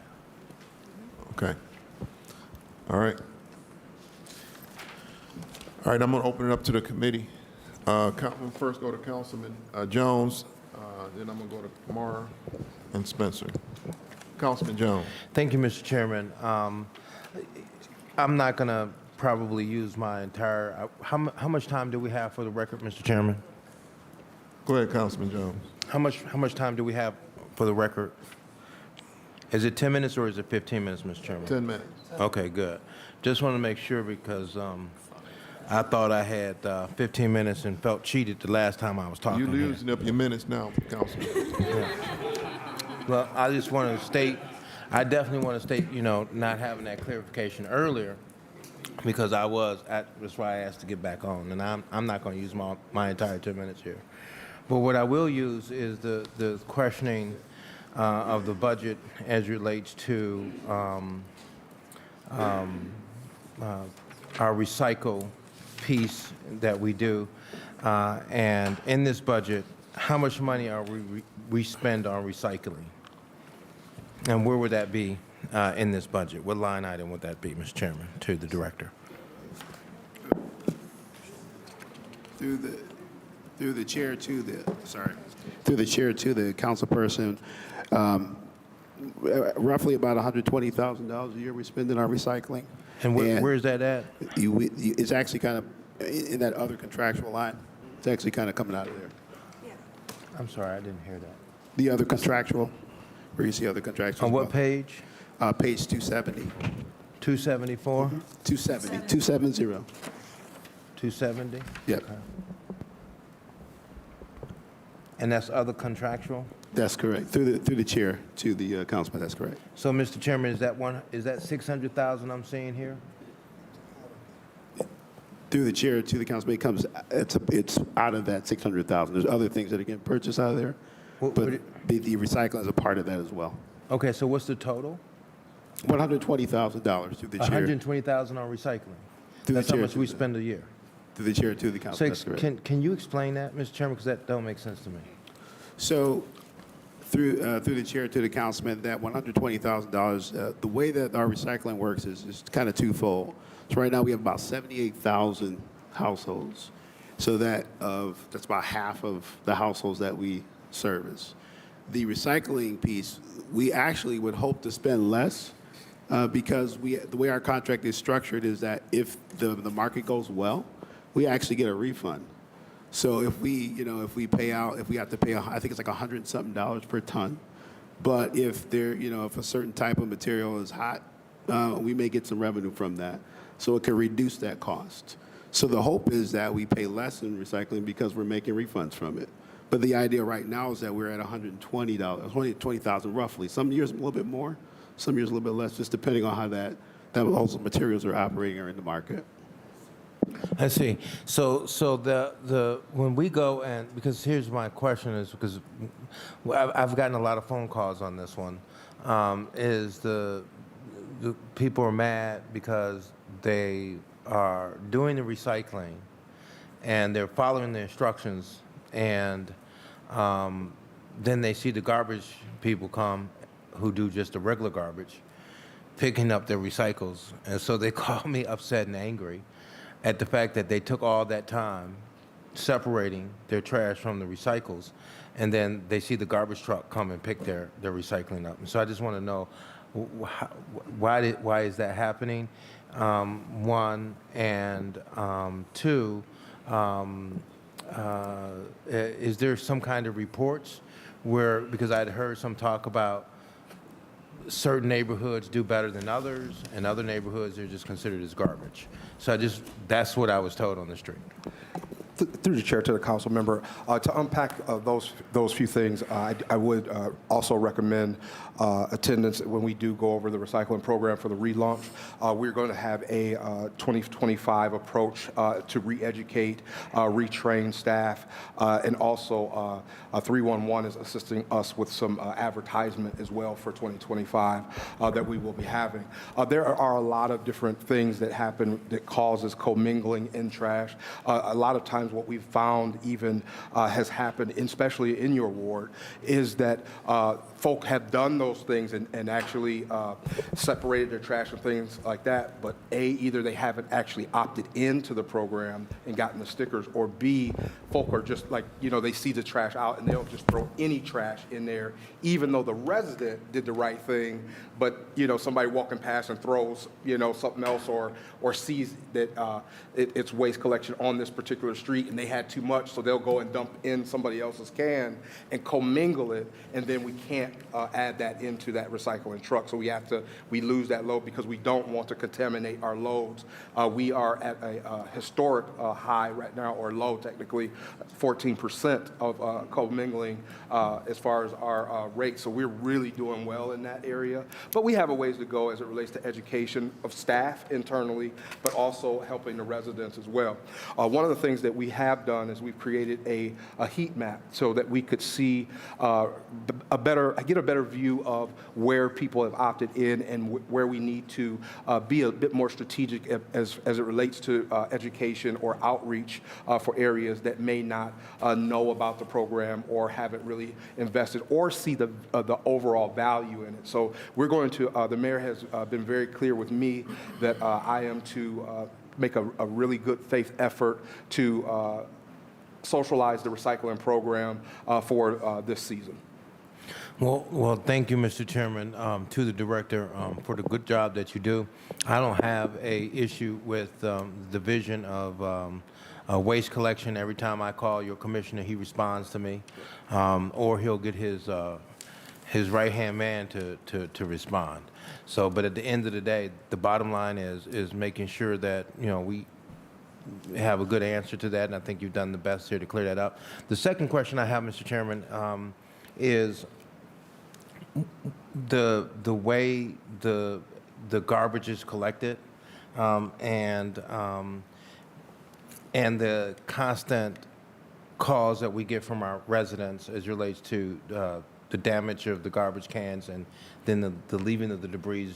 It seems like we probably need to improve there, because we get a lot of calls where especially our senior citizens, their containers are upside down or are in the middle of the street, and they have an issue, and they constantly call. And then lastly, Mr. Chairman, if you could address the situation, because there's these local development corporations, or LLCs, that have a number of properties in my neighborhood, and they leave their garbage containers, or the people they're renting to leave their containers out 24/7, and it makes our neighborhood look bad. And then having some empathy, for residents who may have just left their garbage can out and they get a big fat ticket. We have some empathy to try to help them in those type of situations. So those are the two areas that I'm having issues at, and if you could talk a little bit about it, it'd be appreciative. Sure. Through the chair to the council member, as it relates to leaking or trucks that have issues, we do have our streets division is always on deck to assist. We don't like to stop the progress of the waste collectors throughout their routes. So when we do get those calls, when they go into 311, we dispatch street sweepers right behind those trucks to follow those in those routes. So, but we do need to do a better job of educating educating and socializing that happens, because people seem to think that the waste collectors or waste collection will actually do that cleanup, but it would slow down their progress too much. So they just work directly with the Streets Division for those cleanups. And typically it goes really well, but I think we need to do a better job of letting the residents know that that is the option, and that's how we go about doing that. And then, Mr. Chairman, with time remaining, I just want to just take the opportunity while the director's at the table, just say thank you for a job well done last year, especially as relates to getting to some of those areas that I've had to pay out of my pocket to have them cleaned up. It's really nice to know that I can have the city clean it up and don't have to worry about, going and taking a crew to cut a vacant lot or to pick up debris that I've requested in years past that took almost a year just to get some of the stuff done. So you're getting it done really fast, and I'm very appreciative of your professionalism and what you bring to this department. Thank you, sir. Thank you. All right, thank you, Councilman Jones. Just a reminder, if we could stick to questions about the budget. We have our finance people here. We really want to make sure that we get the most out of our finance folks.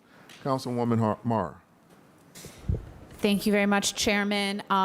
Director, first and foremost, thank you to your crews. They're out on cold days like today. I know I took out a garbage bag this morning and my bin was frozen shut.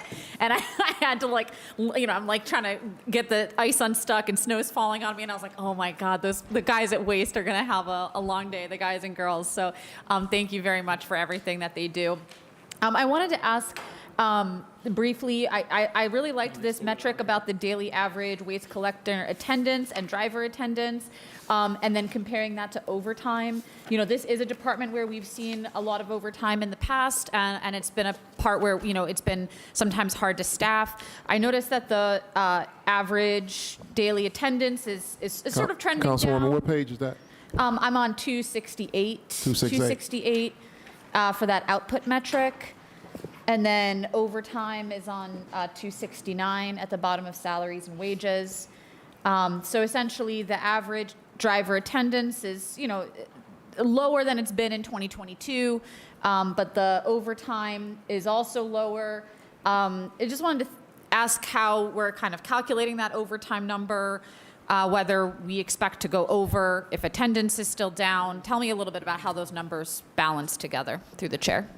Through the chair to the council member, please, first you have to keep in mind that there are several holidays that are static within that group that they actually work on that are overtime days that just kind of make that number kind of what it is. And then, of course, when we have things like when we have to move days because of storms or things like that, it pushes us into overtime situations.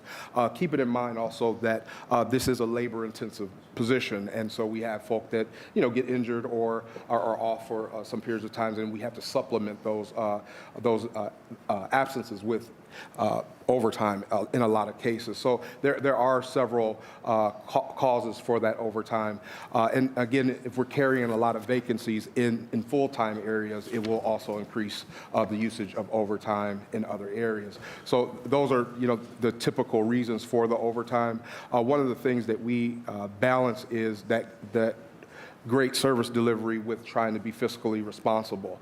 And one of the things with that is managing those things. And Commissioner Pruitt does a really good job at that, making sure that we don't abuse overtime, but also are being mindful that trying to rush folk in these, especially like in these weather conditions and things like that, it's just not fair and it's not safe. And so we do experience a little more overtime due to the weather, especially now, not trying to have a climate change conversation, but we're dealing with so much more ice conditions than snowfall accumulation now, and it impacts all of service delivery in the field, whether it be street maintenance, whether it be waste collection, even property management, dealing with the different nuances that the impacts of the cold snaps and ice cause. Yeah, thank you. So if I can summarize, some of this overtime is going to happen naturally because of the holidays, this Lord knows the snow events and cold events that we've had where the hydraulics won't even work.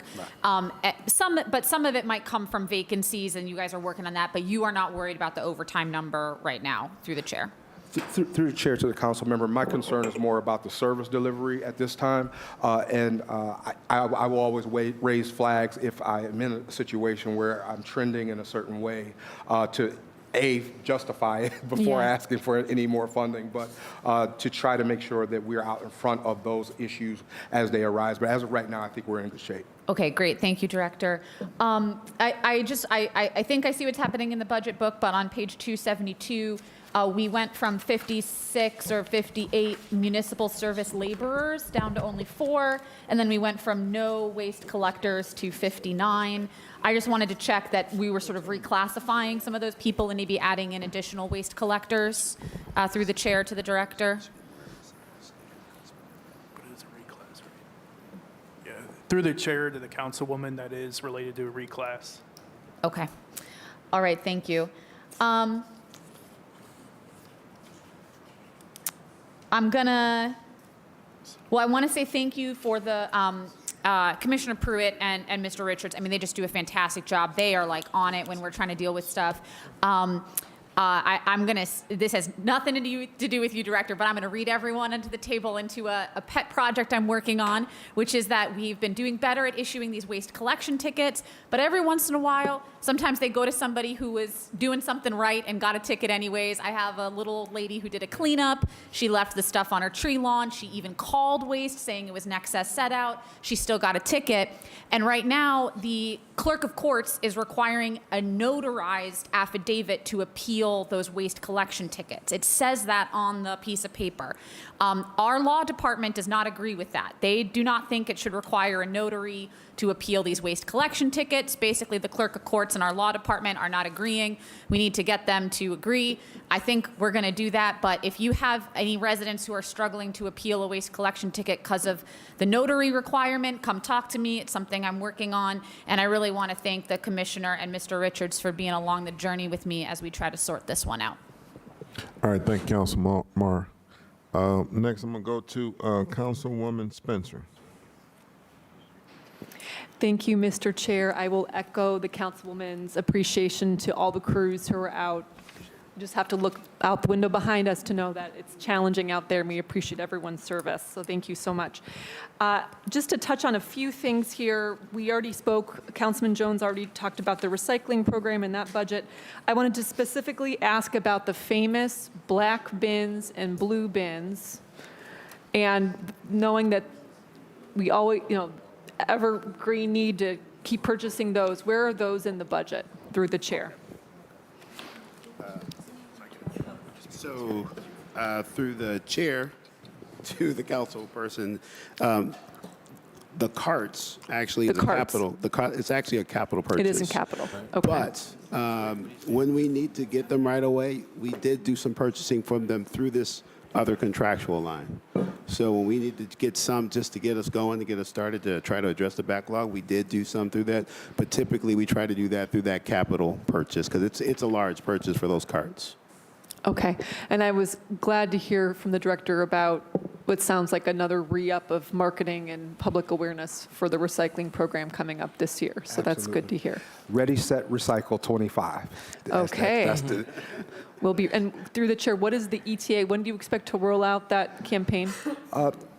We just had a meeting with communications and the staff that are resurrecting the program on Friday. We didn't nail down exact dates, but it'll be this spring. Okay. I plan to try to sync those educational opportunities up with the vacant lot program and those different things so we can message those items together. Great. And just a couple more questions about budget. I missed, if our chair already asked about this, I apologize. The $1.140 million for vehicle rental, on page 270, there's nothing listed in prior years, and we have a $1.14 million expense under vehicle rental in 2025. Through the chair to the councilwoman, that $1.14 million is to lease 10 new trucks, and that's an annual cost. Just to expound, This is the same approach that we've done in other divisions where we're having equipment issues, where we supplement, where we can lease in the meantime while we're waiting on a capital purchase to come in, because of course most of the equipment is 12, 13-month lead time. So in the meantime, we lease pieces of equipment to help us during those gap times. So this is the first time through the chair that this practice has been put in place for division of waste through the chair? It's the first time we budgeted it more correctly so that you can see it, but we've been doing it in the past. Okay. And then one more question under revenues. I'm sorry if this is a repeat question. Charges for services, what are we earning $13.5 million from through the chair on page 271? Through the chair, that's the solid waste collection fee. That's roughly billed- $12 million. Billed on the water bills. Okay. All right. Thank you, Mr. Chair. Could I get a quick point, Councilwoman, if you'll allow it, Chair? Thank you, Councilwoman Spencer. You need a point? Yes, just a quick point on the garbage bin acquisitions through capital budget. Is that now a recurring expense under the capital budget, or are we still doing one-offs through the chair? Through the chair to the council member, it is recurring. Okay, and where is that in the budget book, or is it not? It's not in here. I don't believe it would be in there as capital. Okay. Do we have the number of how much that is in the recurring capital expenses that we've allocated for the bins? So through the chair to the council person, it was about $1.8 million. It may be a little bit more moving forward, but it's been traditionally about $1.8 million. 1.8 million annually? To the chair, to the council person, correct. Thank you. Thank you for allowing the point, Councilwoman and Chair. All right. Councilman Harsh. Yeah, thank you, Mr. Chair. I just want to get one clarifying question, if I could, through the chair to the director. The charges for services, the $13.5 million, that is the charge that people pay on their, I forget, sewer bill or whatever that comes back to us, correct? Okay. Then through the chair, do we have any accounting for how much is paid in tickets for improper set out and all that? Do we have a separate accounting for that, or does that get washed into, I don't know, the ticketing apparatus of the city?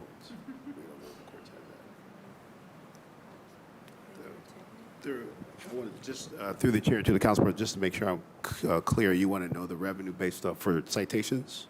Yeah, so if the city issues tickets for people that illegal set out, they set out too early, they don't bring back, or people that keep their trash cans in the front of the house, if that becomes an issue, what is the total amount of fines levied against city residents throughout the year by waste collection for these infractions? So through the chair to the councilman, we don't know that because the courts actually have those revenues, so we don't actually know what the revenues are. We just kind of write the tickets and move on. So through the chair, I'd go to the courts and ask them for a breakdown of all their tickets. Okay, that's all. Thank you. All right. Thank you, Councilman Harsh. Councilman Casey.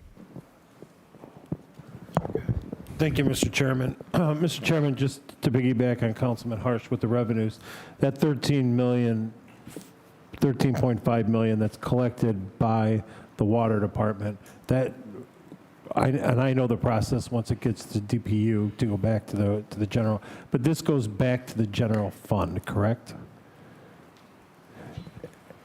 Through the chair, that's correct. And in this book, the only revenues that do not go back to the general fund are from enterprise funds, correct?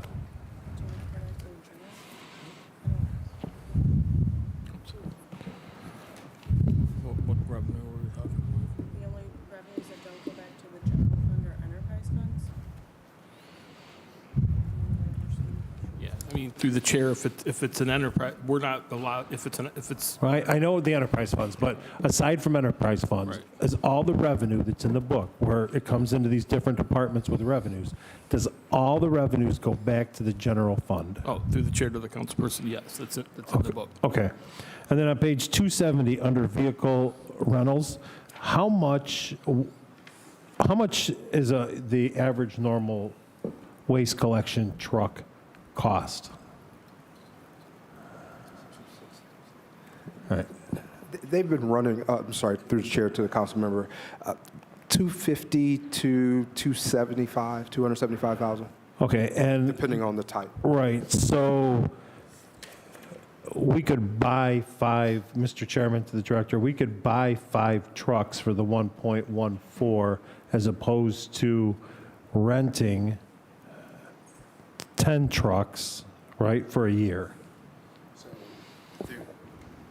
Through the chair to the councilman, what we try to do with these rentals is we actually try to set it up so it's a rent to purchase. Okay, So- that's not what you said before, but okay. Yeah, so. That's difference. Yeah, so so in this case where we have this money out to be able to rent, to be able to get access to it right away, then we try to at the back end of it say, hey, if it's worth our time and the option works well, we purchase them. We did that. We did that last time for about 10 or 12 trucks. Because I remember during COVID, Mr. Chairman, to the director, we rented the claw trucks, right, to pick up bulk and stuff like that. Through the chair to the council, you're correct. Okay, and then back on page 268, with the contamination rate of recycling, and now, Mr. Chairman, to the director, in what year did we start recycling? Was it 22? I think it was through the chair to the council president, I think it was 2021. 21. Yep. Okay, so here we are, 2025, right? And now we have to, again, Mr. Chairman, to the director, kick it off all again, right? By your own admission, we're starting we're starting the advertising for recycling and all that other stuff. And I believe that the problem we're having with individuals who are calling us about the blue cans going in with the regular cans is that individuals just believe just because it's a blue can that it's recyclable, right? They're not sure of the process of you have to have the stickers on the can in order for it to be recyclable. So at what point, we good down there? No, I'm not. All right, it doesn't sound like it. Well, at what point, Mr. Chairman, to the director, do we just pull the blue cans, right? And this way, recycling is recycling, and everybody who's got a blue can has opted in. And maybe that's a better way when you lose that extra blue can to say, oh, if I want that back, I need to be into recycling. Right. Through the chair to the council member, you are correct. What the goal is, and I spoke with the administration recently about this process, and we are going to have a hard date to pull the carts back in 2026, but the goal was this year to continue on, to try to do some re-education, do some strategic outreach so that we don't end up in a situation where we pulled the carts and then all these folk opt in and then we got to start bringing carts back out. Right. So I can't really speak to what happened before me, Okay. but I do know that I was tasked to make a really good faith targeted effort for this issue. All right, and I appreciate that. And then, Mr. Chairman, to the director, then will this be the last opportunity for the opt-in before carts get pulled? Because I personally believe that's when it's all gonna change, right? When people want those cans back. And I know it's a lot of work, but do we want to recycle or do we not want to recycle? Through the chair, I'm in total agreement with you, and I think most of the council members I've spoken to feel the same way, so I am moving in that direction. Again, a really hard, good faith effort. We've put some staff together internally with waste collection and also with our communications group to assist us with targeted messaging. We also are going to do some things internally as it relates to getting our own house in order, as it relates to public works facilities, recycling at the rec centers, and then also training custodians and staffing here in City Hall to get better at what we do as well. All right, and then one last question, Mr. Chairman, to the director. Why don't we recycle in our parks? Why don't we have recycling cans in our parks and stuff like that? Coming soon. Okay, thank you. All right, thank you, Councilman Casey. Councilwoman Gray. Thank you, Chair. I don't know what this question going to reference to, dealing with the budget, but I don't know what area that this going to, this question going to reference to, Chair, to the director. What part of this revenue or cost when a house is abandoned and you have the trash containers left there, and they just left there, what part of what area of the budget that your department need to go and pick up the waste containers? Because, Chair, to the Director, before Commissioner Pruitt said that when a house is abandoned, building and housing, go pick up the trash containers. What part of this budget is the cost of you guys picking up trash containers from abandoned homes? Through the chair, who- I'm sorry. Go ahead. Through the chair to the council member, that is part of our operating, our daily operating procedures. I do believe also that connection with building and housing, but I do believe there's also connection with utilities once water is shut off. We have some type of communication there as well to know that structure is vacant. Okay, so that's your operational cost. Okay, all right. And another question.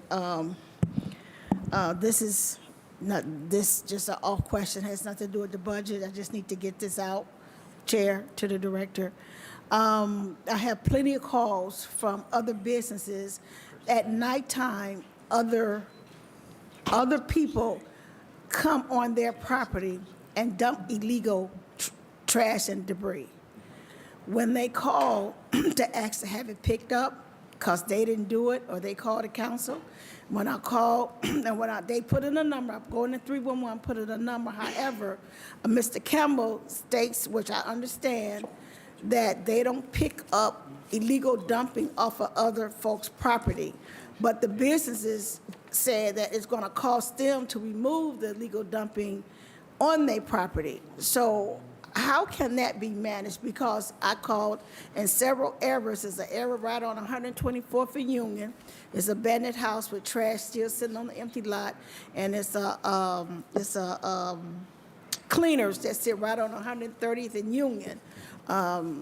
Have illegal dumping on their property, and it's been there for months, and it's going to cost, what the cleaners is going to cost them, but the other legal dump on 124th and Union is an old house, it's an abandoned house, and they just keep piling trash and trash over there in that area. So how can that be maintained if it's not the cost of the business owner and someone doing it in the middle of the night?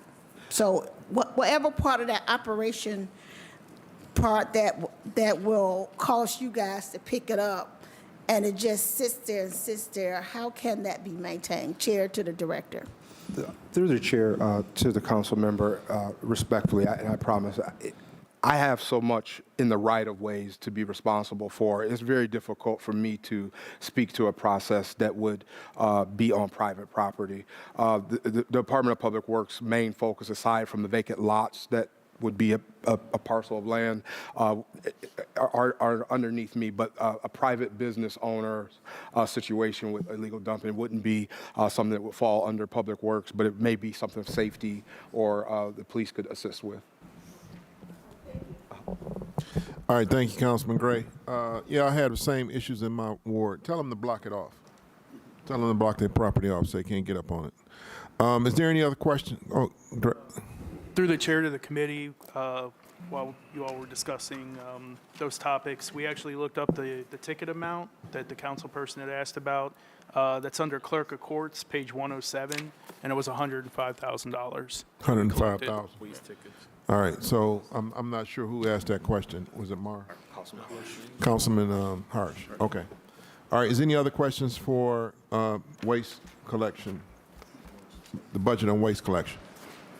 All right. Ms. Saban, can you read the next section into the record?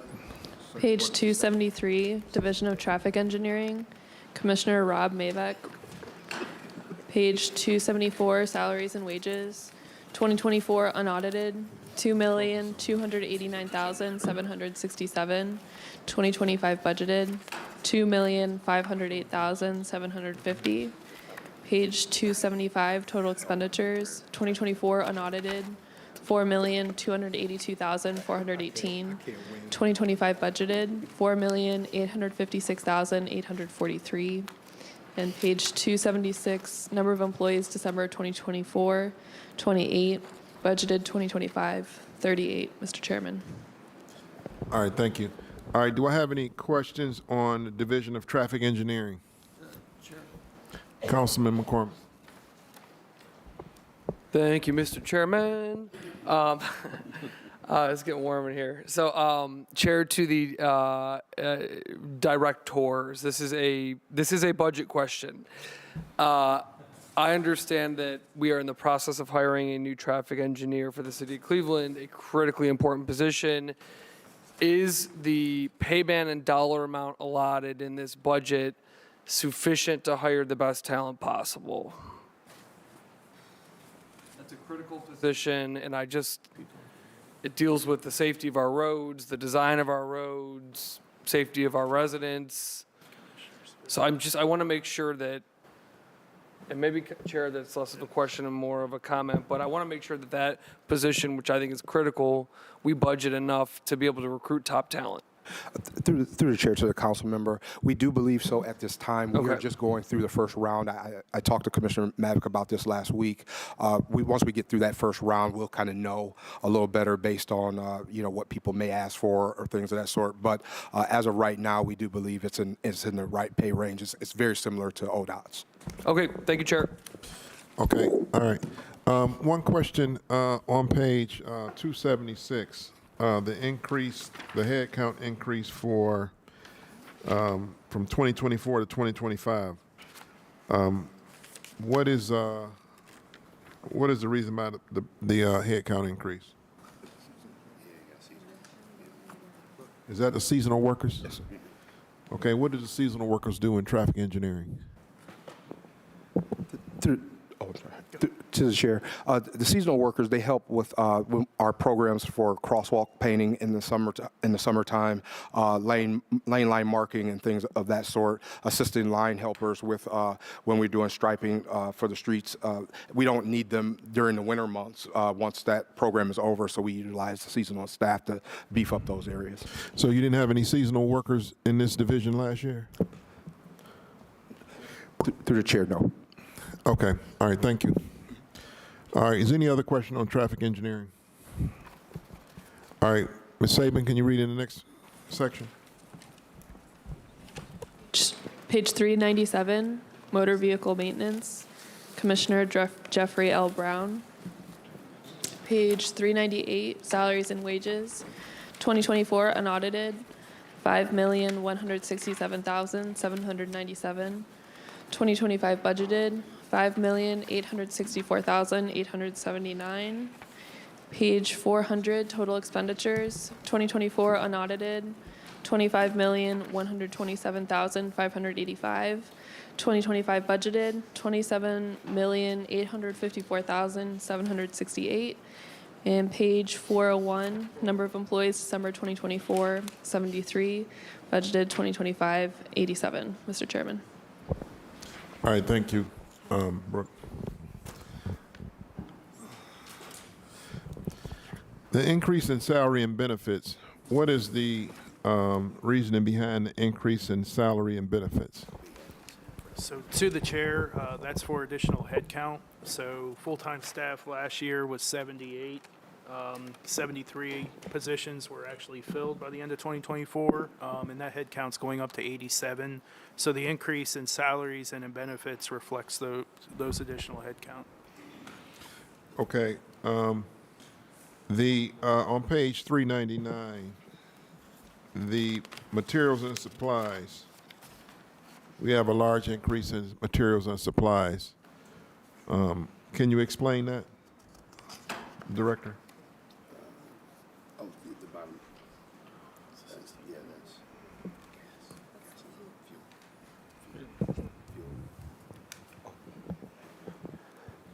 To the chair, I do believe that's reflected mainly by the fuel costs. Repeat that. That major increase seems to be wrapped around the fuel costs increase. To the chair, if you look at the fuel and fuel tax lines, that totals about 7.4, which is about 1.5, 1.4 increase from the actuals from last year. And the fuel tax as well is seeing a significant rise, about $500,000. Okay. All right, is there any questions from the committee on motor vehicle maintenance? Councilman Plinsick. Yeah, on the fuel tax, municipalities aren't excluded from that fuel tax? Through the chair, no. They are not. Were they ever? Through the chair, we don't believe so. Okay. And then, Mr. Chairman, on the, on staffing levels, on page 401, you're ramping up automobile repair worker, correct? Yes. And then the heavy mechanic is, well, it's up by 5 from what it was budgeted in 2021. Based on page 401, do we have enough people to repair our vehicles? Through the chair to the council member, I'm very confident in this one. On this one, I work very closely with Commissioner Brown to make sure that he has whatever he needs. The MVM group is the catalyst that keeps us going, and so it's very important to me to keep that group staffed. And he requests what he needs, and I try my best to accommodate. Okay, so we don't have a backlog with repair vehicles? Through the chair to the council member, we will always have equipment down, but we're for example, in our winter operations, we're maintaining an over 80% in-service rate for our snow fleet, which is amazing to staff. Good. Thank you, Mr. Chairman. Councilman Jones. Thank you, Mr. Chairman. Looking at revenues, if Mr. Chairman, the CFO, and this is on page 400, we have a increase of a couple more $1 million and some change in the capital outlay transfer. I know you talked a little bit about that. Is all of that new vehicle maintenance, or in terms of capital outlay? Capital outlay? Through the chair of the council, are you talking about the $1 million on the capital outlay? Well, we have right here on capital outlay, we have $27 million. Oh, that's the total expense budget, total budget. That's the total budget? Okay, that's from everything from,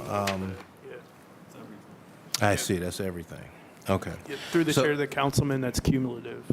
I'm sorry, what'd you say? That's cumulative of all of the All of increases. the different columns. Okay, I see. So then the issue or the question I would have, Mr. Chairman, for revenues, where you have 27 million, which says miscellaneous, can you tell us what that line item is? Through the chair to the councilman, that's the chargeback to all the divisions for the repairs that they make for all the departments in the city and gas. So this number then will be in all the various different departments, and this is how you generate your revenues? Right. Okay. And so we're almost to break even on generation of revenues from the various different departments, with the exception of about, what, 400,000? Yeah, through the chair of the council personnel or internal service funds, we try to recover the costs, so we're not usually way over or way under. It should be pretty close to break even on all internal service funds.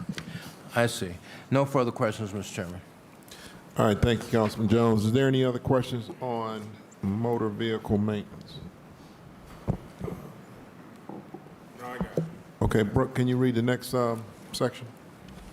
Page 302, street construction, maintenance, and repair. Commissioner Randall Scott. Page 303, salaries and wages. 2024 unaudited, $21,084,151. 2025 budgeted, $19,621,406. Page 305, total expenditures. 2024 unaudited, $42,524,442. 2025 budgeted, $46,250,432. And page 307, number of employees, December 2024, 292. Budgeted 2025, 343. Mr. Chairman. All right, thank you. Okay. Mr. Chairman. Through the chair to the committee, would just like you to make you aware that you should have some green sheets related to personnel. So I don't think it affects any dollar amounts, but just the breakdown of the employees. So this would be page 306 and also page 307. The changes are highlighted. All right, I don't, oh yeah, okay, I see the green sheet here. Yeah, and one Okay. additional point, the total does not change, total personnel. It's just the breakdown amongst the different categories we adjusted. Okay, all right. All right, first I'm gonna go to the president. Thank you, Mr. Chair. Just to make sure that I'm understanding this, this doesn't include the actual materials and supplies for what we put aside. Where's that 12 million or that we usually put aside? Where is that at, located? Through the chair, that's capital. So that'd be strictly in capital. So this is just the bodies utilized to help do the actual streets, right? Thank you. Correct. Through the chair, we have moved to doing most of our street paving in-house. So if I'm correct, I think we moved most of our paving in-house. Mr. Chairman. Am I correct? Go ahead. Through the chair to the councilman, that's correct. So if we move most of our work in-house, then why do we still have a rise in professional services and some of those other outside groups because we don't use them as much anymore? Why aren't we trying to cut some of that? What page was that, Contractual Mr. President? What page was that on? I'm sorry, I looked under 304 where it says professional services, and it has about 361,550 for professional services. So it looks like it's staying static, but we're using more in-house. Why do we still need that amount for professional services? So through the chair to the council president, that 361,000 is for snow removal route optimization software and weather forecast systems. Yeah, and Okay, so then that's basically the tracker. The snow tracker and everything else. through the So chair. that's not a capital expense through the chair? That's not a capital expense? Through the chair, no, because it's a reoccurring, it's like the service fee, so it's not the capital, it's, And through the chair, can I make sure I understand, is that GIS or what? Who do we usually purchase that from? Through the chair to the council president, that is through Rubicon. That's the name of the organization that we use for this service. I don't know. Did you say Rubicon, Through Mr. the- Chairman? Rubicon. Yeah. Okay. Through the chair to the, Mr. Chairman, for clarification, is that a service or a program? It's,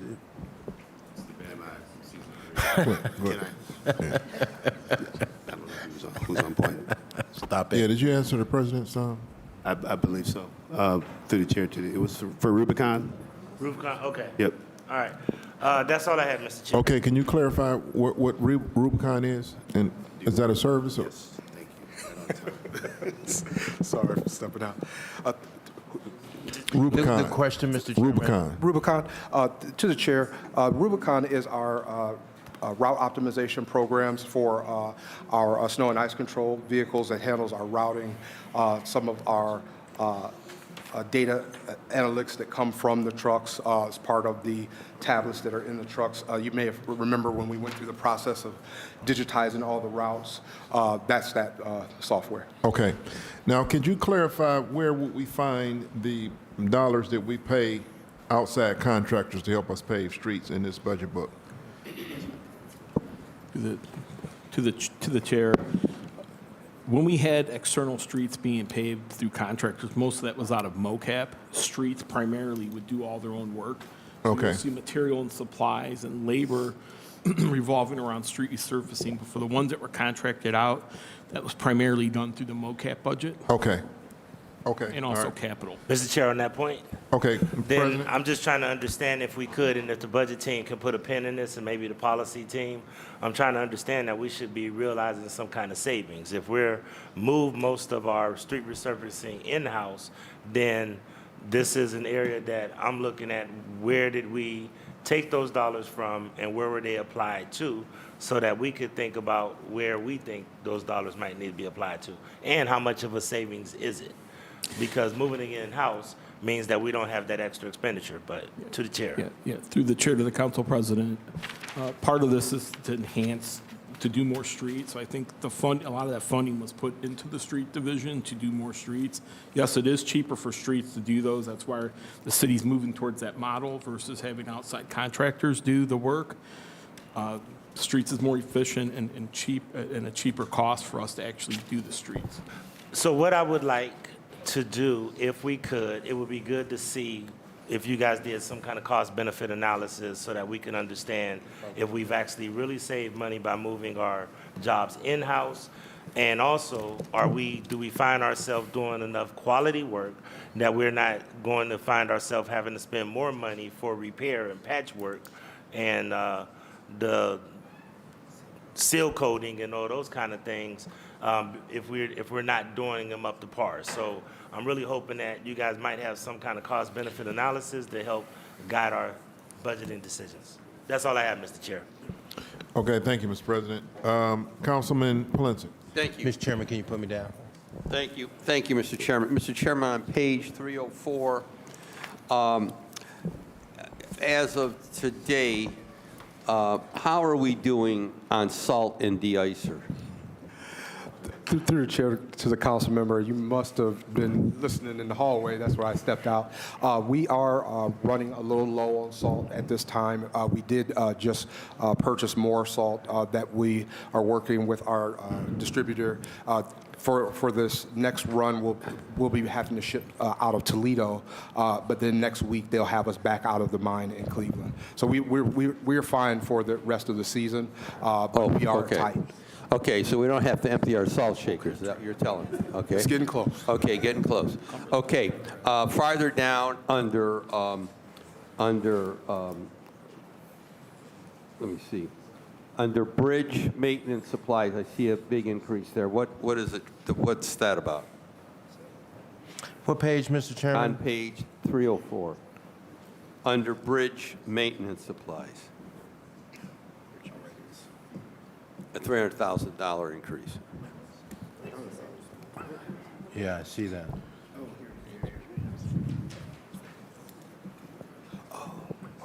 Through the chair to the council member, that is the reflection of our bridge lubrication contract.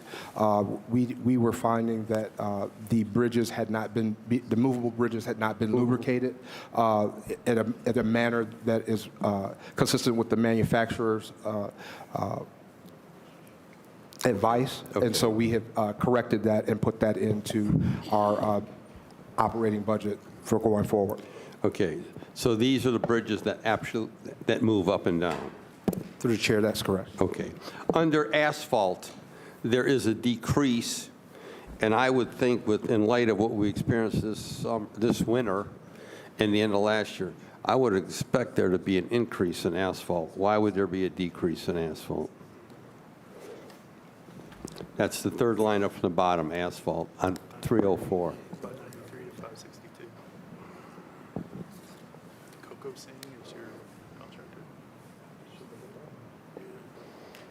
Because if anything, we need more asphalt. Through the chair to the council member, that is correct. I don't expect that us to use less asphalt this season. Yeah. That's So I want to flag the Taking a administration, look at. the finance director, Mr. Gentile, on asphalt. So please flag that. Then on page 305, under local resurfacing. So are we going to do any residential streets, Mr. Chairman, to whoever, are we going to do any residential streets by private contractors this year? Through the chair to the council member, it is not our intent, especially for the local resurfacing program, but there may be some other projects that I'm not aware of that are in capital. So the 2.7 is down from the unaudited. So is that the local street resurfacing program? Or is that just for the staff for the program? On 305. Under local resurfacing. The 2.7. To the chair of the council person, Yes. this is the reimbursement from roadway bonds. So as they do work in streets, at the end of the year, we'll take expenses out of streets that they have for some resurfacing and then charge roadway bonds in the capital project. So that's coming, wait a minute, I'm still not clear. So that's coming out of capital? Is that what you're telling me? Through the chair, for resurfacing, yes, that amount we will charge to roadway bonds and reimburse streets part of their operating budget for resurfacing activity. So then explain the transfer to capital project. The 3.8.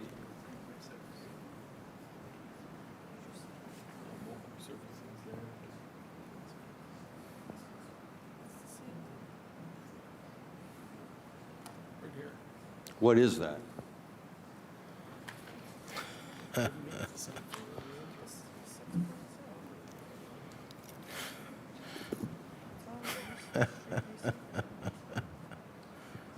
This is also street resurfacing? Through the chair to the councilperson, both these lines will go to street resurfacing. I'm not sure why they're in two different lines Yes. right now, but Okay, well, then you need to explain that to us. Mr. Chairman, I just want to make sure, because, I've been here through rough winters, and I've been here through light winters. This is a rough winter. And I don't have to tell you what our streets are going to be like come spring. That's right, it's But coming. we're going to have some major problems here. Major. Because I can see it in my own driveway, portions of my son's driveway that's already moved. I want to be assured by the administration, Mr. Chair, because I know you have the same concerns that all of us have.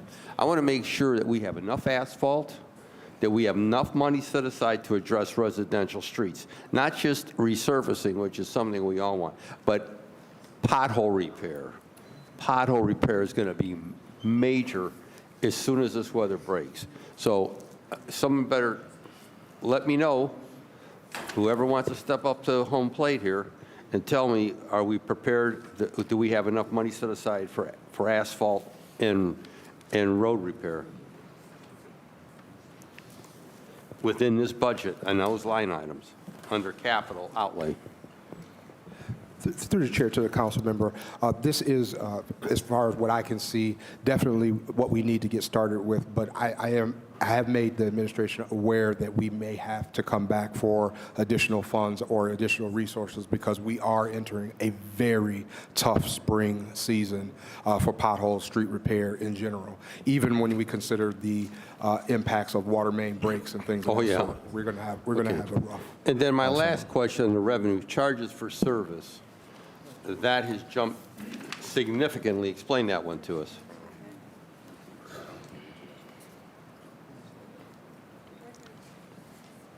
What is that? That's a $5 million increase.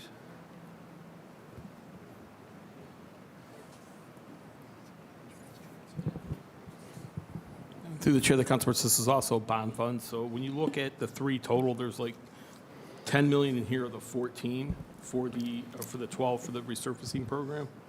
Okay, then I'm going to request through the chair, again, you provide to us specific, through staff, Mr. Chair, what the administration is setting aside for asphalt and residential street resurfacing. That's what we need to know going into the reconciliation process. I just want to be assured that that all of us, we don't get caught in a bad situation. That's right. Come spring. And then we look back and we say, why didn't we set aside enough funds to address road conditions? So thank you, Mr. Chairman. Thank you. All right, thank you, Councilman. Thank you, Councilman. So going back to page 305, right where the Councilman Plinsick was talking about the miscellaneous down under revenues. We, across that line, it is so inconsistent. Can you explain these inconsistencies? We go from 3.5 million in '24 unaudited to $400. Yeah. And then we go back before that. It was just so inconsistent. What is I don't understand how we could be so inconsistent in that line item. So can you explain that? To the chair, to the chair, the 3.5 million that's in 2024 should really be on the charge for service line up above. It was a miscoding when this entry was put in 2024. So Mr. Chairman, I can't hear you, even though I'm right here with him. Can you explain that again?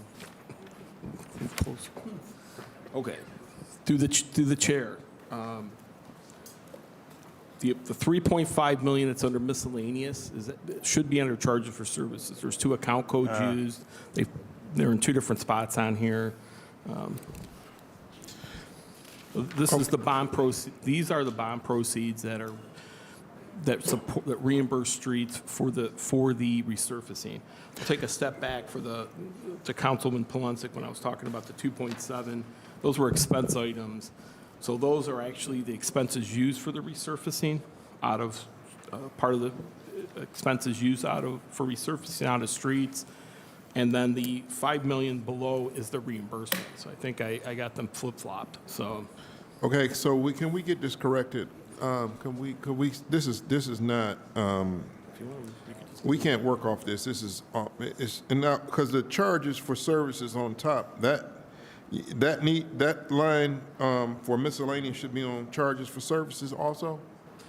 through the chair of the council person, to the chair, the 3.5 million should be in the same line as the $5 million. These are both the reimbursements. Okay, all right. All right, we want to see this page corrected, okay?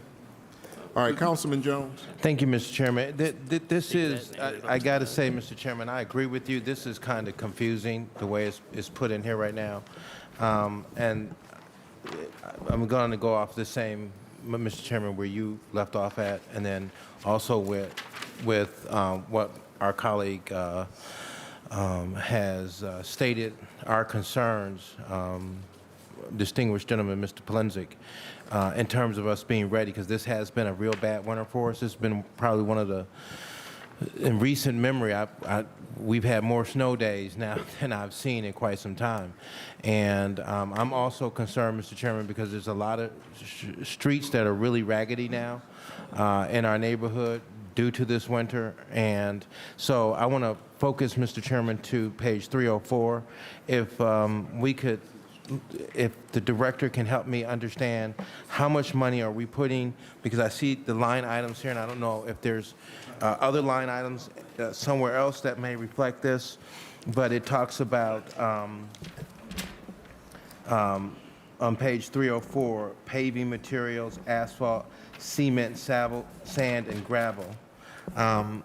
So are we putting $1.5 million into the actual material to do all the streets in the city of Cleveland? So what does that line item reflect that, or where would the line item be to reflect the material that we will use to do street resurfacing, and what does that cost? To the chair of the council, the street resurfacing primarily will come out of page 305 in the transfer to capital. What you see on page 304 would be more for potholes and repairs, quick repairs to the streets that the street department make. So does that total come to, I added it up, would that be 1.5 million or close to 1.6 million? Through the chair of the council person, that's pretty close to. So that would just be for just pothole maintenance and that kind of thing? Okay. All right, so then the next question would be, how much material are we using, and where would that be here in these line items as it relates to resurfacing? Through the chair to the councilman, on page 305, if you look at transfer to capital, that's 3.8 million. That is Transfer, page 305, transfers in? No, I'm sorry, transfer to capital. Which is I'm about looking for. 3/4 down the page. Where are we at? Transfer to capital. Okay, I see it. Yeah, that would be for the stuff for resurfacing streets. That could start to a capital, over to capital. Okay, so then this, where it says transfer to capital project, so it's costing us in material for the side streets in the city of Cleveland, 3.8 million, is that? I just want to make sure I'm on the same page. Yeah. Through the chair to the council person, this is what we have, this is part of the budget for resurfacing. The budget for resurfacing is 12 million in a few different places. Part of it's in capital. Okay, This so- part is what we have in the streets budget for them to use throughout the year, so they can charge this capital project as they do the streets. Okay, so it's $3.8 million, and that is, and I guess the question I'm trying to ask here is how much is the materials to do the work for the, getting a real idea of what that cost looks like? And where would that be found? Mr. Chairman, to the CFO. Yeah, through the chair of the council person, it's part of this number. We'd have to try to get a breakout of how much materials versus some of it could be labor, labor. So we could try to get you a breakout of this, but it's merged into this number. This is one total number. Right. So, and that, Mr. Chairman, is the sweet spot here, right? So, and what do I mean by that? That means that right now we have a. First of all, let me just say this. I think the work that the director is doing is a great job on when I'm comparing our streets work versus some of the work that was done by other outside contractors. I got problems with it because they didn't seal it correctly. Some of the streets are already lopsided, and they just did the work 3-4 months ago. So I don't understand what happened, but I'm going to ask that question when people get here to the table to talk about it. But let me just say this, Mr. Chairman. Do we know how much we spend just on material in terms of asphalt? And that question would go to the director if people know. Through the chair to the council member, that number does fluctuate quite a bit depending on the conditions that we have, but we can definitely get you that information. But I don't know it offhand because it does change. Yeah, and so that and I know that it changes based upon different factors, right? So it would be great to get that because then it'd give me an idea of just how much we're spending on material. Do you have maybe just, and you'll have to be correct if you have a rough estimate.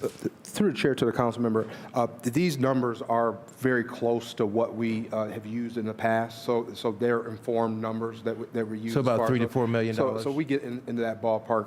Again, I expect it to be a bit more this year due to the conditions, but also the prices of asphalt changes, the index changes as well.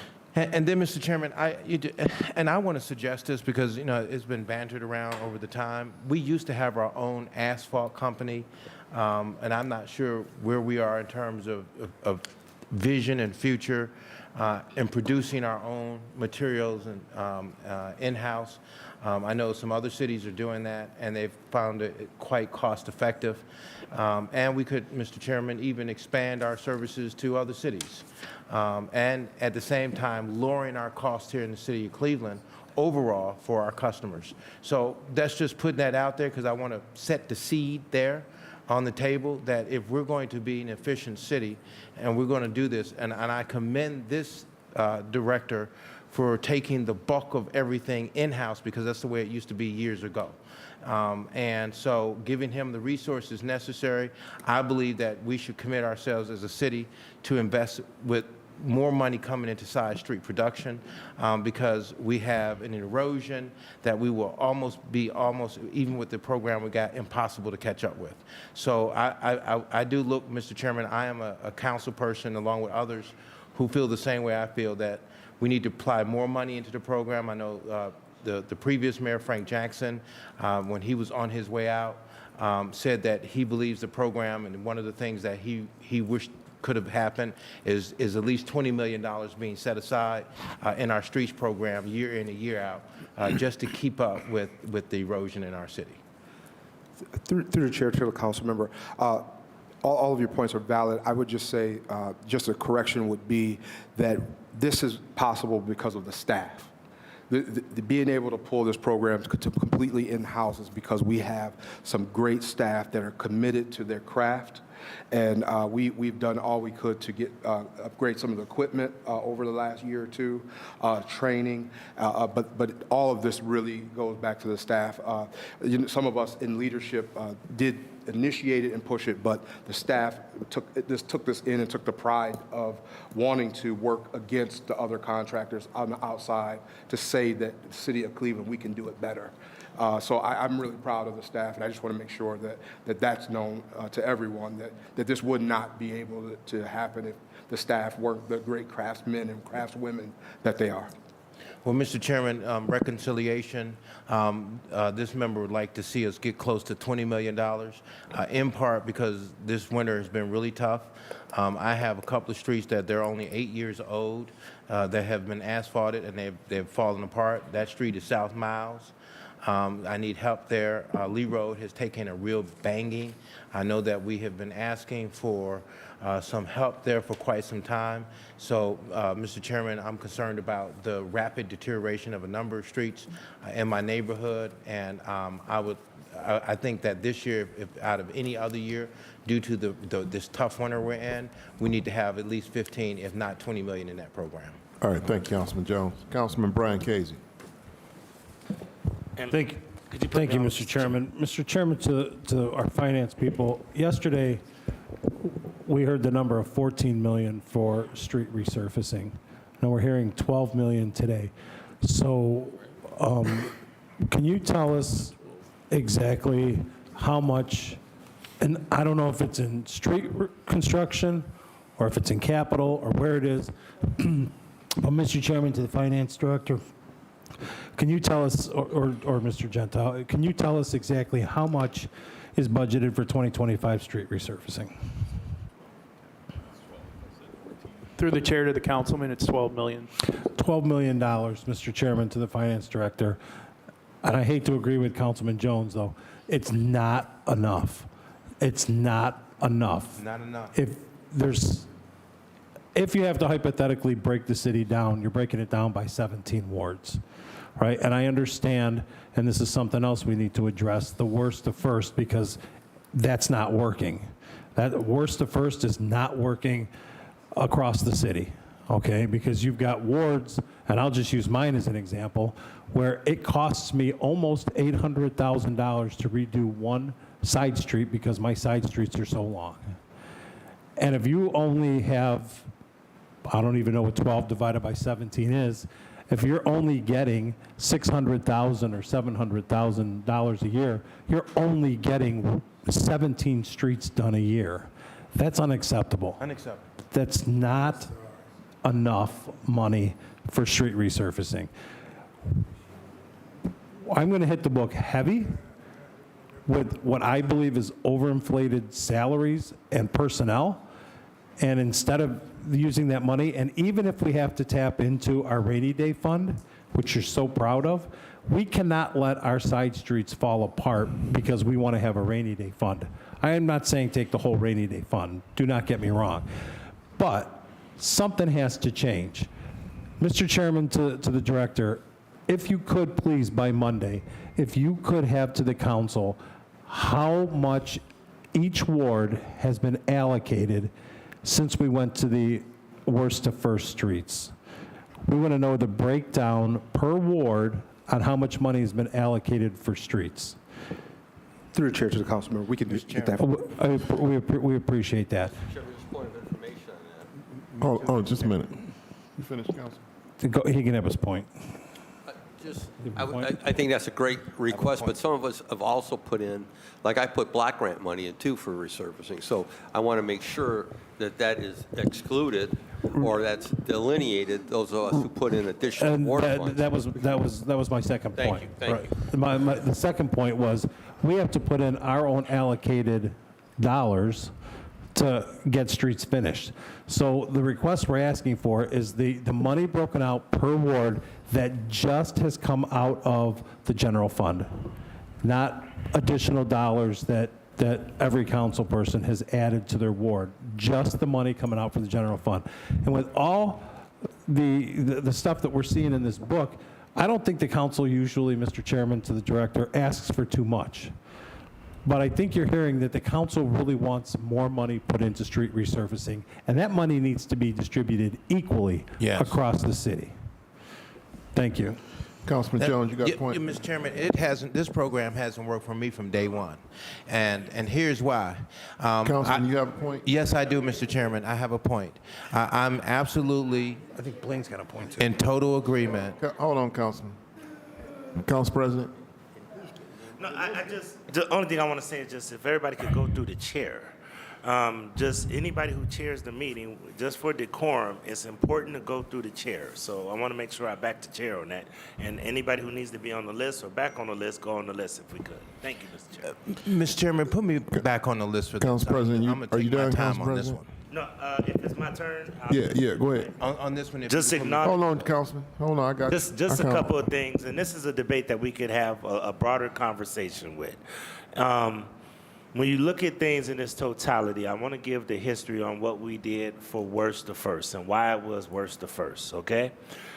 There's inequities all over the city of Cleveland. You even got areas that get leaf pickup where in other areas don't get leaf pickup. You got areas that get CDBG dollars and they have tremendous amount of more poverty than areas that are wealthy, but everybody gets everything divided equally. So what we tried to do with Worst to First is because so many of the areas that had disinvestment and were crumbling infrastructure, we tried to do an equitable model where we actually went to the areas that were worse first to try to get more money. Councilman Jones and many of the people in the southeast part of town have probably, to Councilman Casey's point, probably have seen more investment, even though I will admit it has not been enough, but have seen more investment than other areas where Councilman Casey probably only gets about 300,000 compared to some areas that get 700 and 800,000. That is because in the past, and this is a matter of priorities, in a lot of our areas, we get forced to support many social service agencies. Just in the last 2 days alone, I've had 3 social service agencies that said because they're not getting invested in by CDBG or other areas, that they need us to try to fill in the gap. That's the reason why I keep saying why we need to prioritize where city budgets need to go, because we can't afford to boil the ocean and do all of that. So I just want everybody to understand that there are priorities and sacrifices that everybody are making for equitable, not equal, equitability. And I know that that's a pain point. We can have those conversations. I will tell you that upon Councilman Bishop's request, I did bring this up to the director and to the finance director, and we will have that conversation about adding more dollars. I will tell everybody a couple of things that I want to caution everybody. When we say we want to add 20 million, then that 8 million need to come from somewhere. And I know everybody says, oh, well, that's easy. Well, I just be honest with you, 17 people finding 17 different ways to come up with 8 million ain't gonna work either. So we need to make sure that we understand where that money's coming from and when to do it. The question that I have for the administration, and I'll move to questions. 2 things. Can somebody give me the cost of concrete? Because I think it's very important that we start educating the public on why we do not do curbs in addition to asphalting roads, because the public has it to the point where we haven't seen curbs in approximately 50 years on my street, but you paved it. And what we have a hard time through the chair explaining is that there are different costs, and to put in curbs on your street might be 4 to 5 times more expensive than the asphalt that we put on the street, which is, we will only be able to take care of probably 1 street per ward based on those kind of figures. So it'd be good to understand the comparable between those 2 things. The other thing that I would like to ask is that what we also neglect to talk about is that how much money did we put in gap streets? Because we always start out with 12 million, but then we come back at the end of the season, and then there's a significant amount of money that's been spent on gap streets that I'm willing to say gets us up to probably about 17 million that we truly spend on street resurfacing when you add in the initial side streets and the gap streets that we usually do as well. So if you guys could give us those numbers, I think that'd be very helpful. But I just want everybody to understand, we could continue to have this conversation about if it's fair that everybody should get the equal share of the pie. But I would tell you that there are parts of the all over the city. I don't want to get into this east side, west side conversation. There are parts and pockets all over this city that have crumbling infrastructure that have been neglected and disinvested in for years, and many of them, unfortunately, are in some of the most impoverished areas that have never gotten attention. So that's the reason that we went to worst first, so that everybody can understand. And Councilman Bishop, I yield the floor. Thank you. Mr. Chairman, All right, hold on, clarification. Councilman Jones. No, I'm asking Councilman for clarification. Jones, Councilman Jones, we listen to you talk. No, I'm just saying for Councilman Jones, we clarification. listen to you talk. Let me call on you, okay? No worries. I'm just asking. I'm keep calling on you. We all be patient when you're talking. So please, can you be patient? I know you want to jump out and talk sometimes over folks. I was asking for a point of clarification because we're Okay, Councilman utilizing Jones, Robert Rules of I'm Order. coming That's to you all, next. Mr. Chairman. I'm coming to you next. Okay, all right. I'm going to Councilman Jones. Just for clarification, what the president said, because we down here was trying to figure out what you meant by gap streets. Okay, clarification, and I'll defer to the administration, but gap streets are streets that don't fit the residential criteria and they don't fit the main road criteria because many of the main roads get paved by the state. For example, when you mentioned Lee Road, that was a county grant that they got money from the state in order to do from the Maple Heights border all the way to the Shaker Heights or Cleveland Heights border. So what they have to do as a body is that they have to look at what main streets are up to get resurfaced, which usually take a big amount of money, and then there's these streets that fall in between. And I'll use, just for example, not because I live on it, Larchmere, even though they haven't done it as a gap street, but you got mid-turn streets that are like, you know, you got streets in your area that you might mention that's not as busy as Lee Road, but not as residential as Stockley. And you know them better than others. So they have to identify some of those streets, and when they have leftover money from the residential, or they find when they have carryover dollars, they also surface gap streets.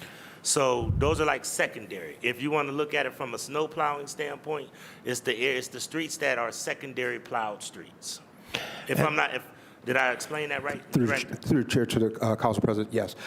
Dick Goddard Way is a good, or the marginals are good examples of those where there's not a lot of residential, but there's still a lot of travel in public. But the value, it doesn't fit their local program, but doesn't necessarily fit the larger capital program. I see. And so, Mr. Chairman, thank you for allowing me the opportunity to come back on the floor because this is a significant issue for us. And let me just say this, coming back and seeing that there were only $4 million put into the streets program in 2018 and arguing here at this table to get it increased to $12 million was significant for us at that time. So I want to say this, Mr. Chairman, and this is an issue of transparency.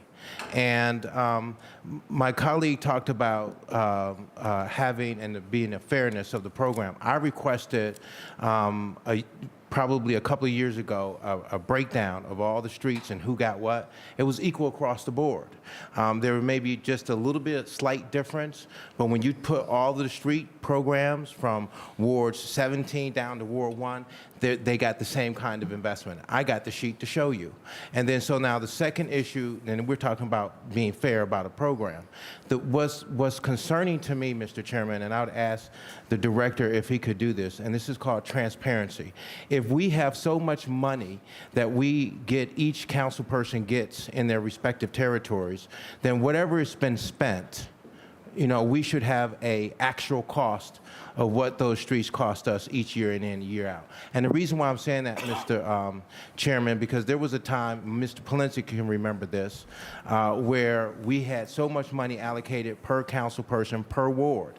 And there was the estimated value of how much they felt that the streets would cost us, and then there was the actual.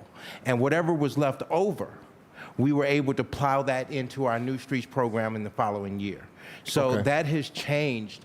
And so, Mr. Chairman, I would respectively ask the administration to, if you estimate for me, my streets cost is going to be $750,000 or $800,000, or this is all we have, I would like to have the actual costs, and I'd like for those costs to be used, not sent somewhere else. And that just has not happened since I've gotten back. We have that request in, Councilman. And then So we're waiting on that. We're waiting on that information. Thank you, We have Mr. that Chairman. request in. And I would suggest as moving forward, we go back to, and I'm a fan of the city of Cleveland's own in-house doing the work. And I would ask, Mr. Chairman, that any resources that were available, I want that to be plowed back into my streets, back into my neighborhood, because we have a real serious issue with our side streets and not having enough money. And like my colleague, and Brian Casey, one of our streets would cost $283,000 just to get done. Yes, we have that same issues. Right. Okay. So it would be nice, Mr. Chairman, to have the transparency for that, as well as I'm open to get and ask for and seek a request of at least a $20 million program. And Okay. I'm saying that because if we can sit here and give all of these other people $20 million here and $20 million there, we certainly can take care of the citizens we represent. All right, we hear you loud and clear, First. Councilman Jones. We have talked about this many a times, and I've said that the other day. Councilwoman House, and then I'm coming back to you, Mr. Conwell. I'm cool, and I'll be quick too. Okay, thank you. I just wanted to just ask a quick question. If, through the chair, to the finance team, if, I know there was some type of pavement study of some sort that was, I don't know if it had been done or if it is in process of being done, and if we use that study to then come up with the budget we have, because again, these are the types of things that we should be doing to make informed decisions. And again, and this is across the board, right? We got all these different departments, but a lot of times the way my mind works, I'm a systems thinker, and it's hard for me to even get to even trying to offer a solution because I never have. Well, a lot of times it is very hard to take a comprehensive look at things so that we can start systematically improving the overall city services and operations to be helpful from a legislative perspective. Absolutely. Through the chair to the council member, great point. We asset management is very important to us to move things forward. One of the things that we do now is, of course, the pavement management studies. We just finished one or are finishing up one. There were some QA/QC issues with.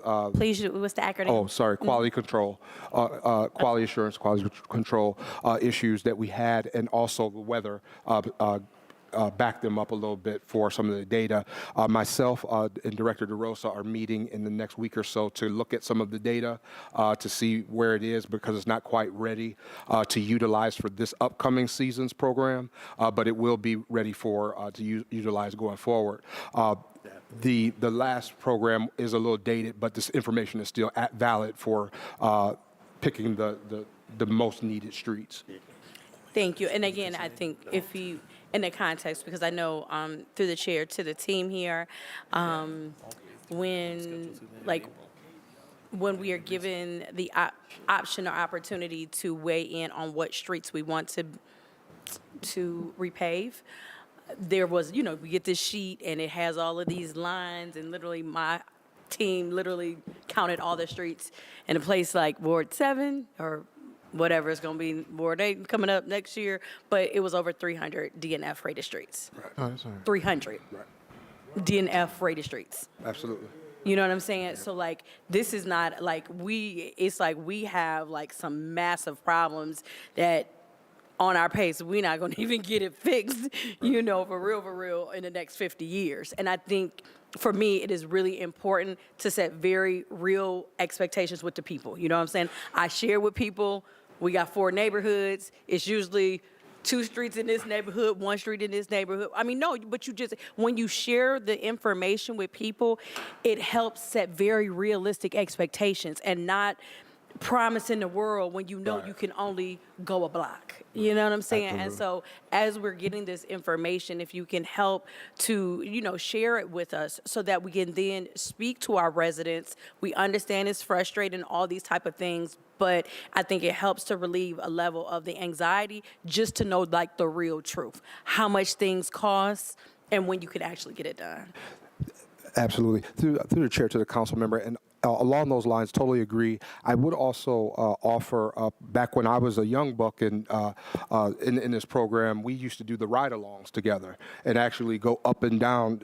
I learned a lot about resurfacing because knowing just the infrastructure, but knowing how it impacts the neighborhood and how it impacts the residents is always a great opportunity for us to connect. So I'm totally open, or will provide staffing if we would like to pick up doing ride-alongs again to help talk through the choices of those roadways, to be strategic, knowing that we'd only have but so much funds to work with. All right, well, thank you. And again, some of my questions are coming through some of my lovely residents. You already know they always give me some things, and so hopefully I've satisfied their requests of me to ask questions to the various departments. So thank you. Thank you. All right, thank you, Councilman House Jones. Councilman Conwell? Yeah, and I'll be quick, real quick. Turn the microphone. Looking at these routes, we do need to add some more dollars in there because it has been a rough, matter of fact, it's a rough winter. And here's a sad story I want to tell you real quick. And you know, as a council member, we get blamed for everything, Mr. Chair, to the chair, to the chair. This guy was he was driving his motorcycle. It was this past summer. And he was on Superior, and he hit a big chuck hole on Superior, and it ended up being a fatality. So you got to look at, not just when you call the roads and you talk about chuck holes, whatever the case may be, you got unsafe routes. People hit their tie rods. They have issues and concerns with their cars when their cars hit chuck holes. Sometimes the cars can speed out of their lane, or you can blow a tire out and run into someone. But her brother, with the fatality, you know, it was real sad. Of course, he passed away, and you know, she blamed me for it. She called me up, went off on it, because you know, they blame us for everything, and she blamed me for it. He didn't have a helmet, and he was speeding, they say, going up the street. But you can't just look at doing it in different wards. You got to look at the unsafe routes. You got to stay there with the Fs and the Ds. You got to do that part, what the council president just said. You got some areas that never ever been touched. You got this area on Superior. It was around 113th or 114th in Superior that this happened, around that rallies that was over there. And you gotta, and who rides the neighborhood to look at the chuck holes? I do. I call it in, and sometimes they don't get done. I might have to call it in 4, maybe 5 times to get some things done. I'm serious, because I drive and ride and walk all the time, right down open, vacant, vandalized houses, right down, like I'm gonna ride this spring, and I'm gonna write down my issues and concerns and send them in. But you gotta execute, because some of these routes, it's not just doing the street, it's unsafe routes. And that's very important. So I'm speaking up for him. I don't wanna, even if she blamed me, that was a fatality there for that unsafe route. And we gotta look at it like that. The FDs is very, very important. Not the political route, like, I got to do something in this ward or that ward over there. You got to look at safety, and we want everyone to be safe. The young man didn't live in Cleveland. He was from East Cleveland. But still, it was a fatality, and it was pretty rough. So thank you very much. All right, thank you, Councilman Conwell. Is any other budgetary questions on the Streets Division? Councilman Jones? I just want a personal point of personal privilege to thank Randy Scott for doing such a great job. I would be remiss here if I didn't include his name. Every time I get on the phone and I got issues, he takes care of it same day and sometimes the next day. So I really appreciate the department. You know, wanted to give that shout out to you, Mr. Williams, to share that. Okay. The work that they do an outstanding job for us. And thank you, Mr. Chairman, for the point of privilege. All right, thank you. All right, Ms. Saban, can you read in the next section? Page 260, Division of Parking Facilities, Commissioner Kim Johnson. Page 261, Salaries and Wages, 2024 unaudited, $541,797. 2025 budgeted, $896,771. Total expenditures, 2024 unaudited, $930,995. 2025 budgeted, $1,666,921. Page 262, number of employees, December 2024, 14, budgeted 2025, 20. And Mr. Chairman, do you want me to read parking lots general operations too? All right, thank you. All right, on page 261, salaries, we have a sharp increase in salaries. Budget was 14. What, can you explain that? Through the chair, during 2024, they got an increase in staffing through the vacancy pool. So if you look back at the 2024 budget, their headcount total was 14.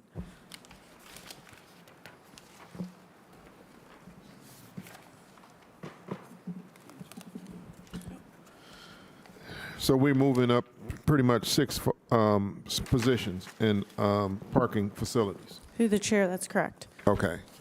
And on page 261, under this charges for radio systems, I noticed an increase on every department on that. Are we going to see this continuously? To the chair, that's correct. They are working with IT and the divisions as they get new fleets of vehicles. They'll be installing new radios instead of old refurbished ones. That's a part of a long-term plan as we get new vehicles. Okay. All right, is there any questions on Division of Parking Facilities? Councilman Jones. Mr.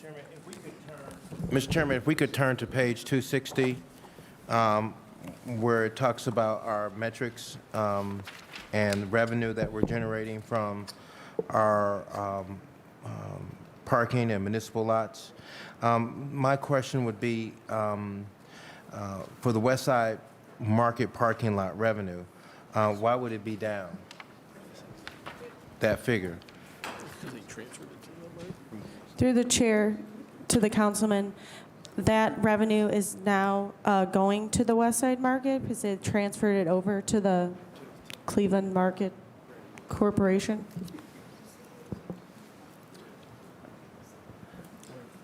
Okay, so just make sure I'm on the same page here. So those revenues no longer, we're collecting the revenues for the parking, it's going over to a nonprofit now? I mean, if you could explain that, because I'm not understanding that. To the chair of the councilperson, it's still city revenue, but it's now going into the West Side Market Fund versus the parking fund. Okay. As part of that transition, the West Side Market now is keeping their parking revenue. Oh, I see. And so are they responsible, Mr. Chairman, then to do the maintenance of now the West Side Market and keep it?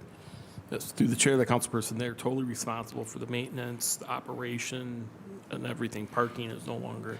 And then so we will still be receiving some funds from it, Mr. Chairman, to the CFO. Through the chair to the councilperson, we'll be receiving it through the West Side Market, not through the parking division. So what will we receive, Mr. Chairman? Through the chair to the councilperson. In parking, we're not going to receive any more funds for this. It transferred during the year. That's why you see it go down by so much. Right. What we'll see is we should see more money in the West Side Market parking once we get to the West Side Market. And that was a part of the deal, if I may ask, Mr. Chairman? Through the chair to the councilperson, yes, they wanted the control of the parking lots. There was 2 parking lots there. One was always controlled by the West Side Market. One was controlled by the Division of Parking. Through this transition, both lots are now controlled by the West Side Market. And parking's out of the West Side Market. I see. And so then and most of these revenues, if I may ask, Mr. Chairman, does they go back to paying off bonds?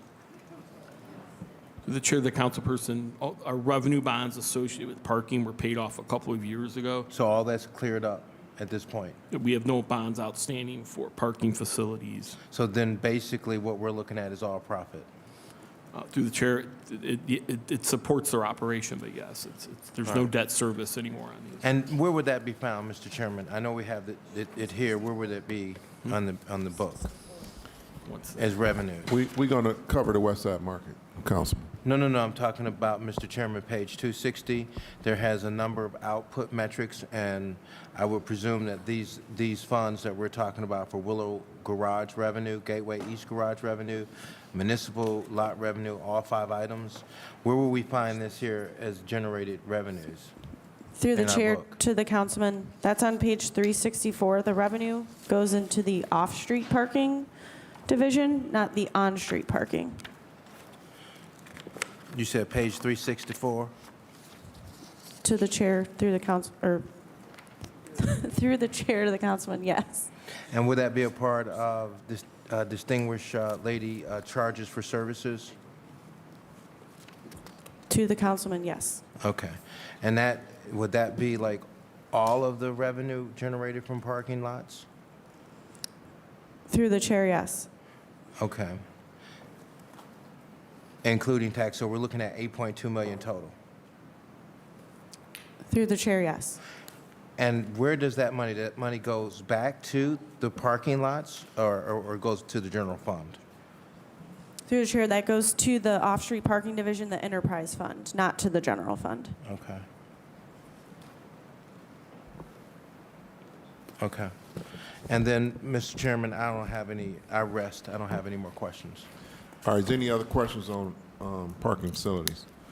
All right, Ms. Saban?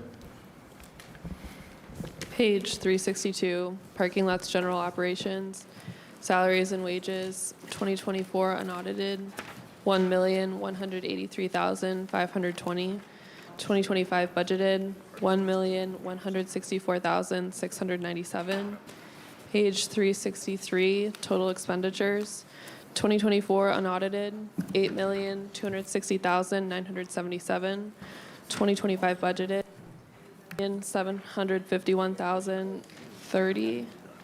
And page 365, number of employees, December 2024, 27. Budgeted 2025, 36, Mr. Chairman.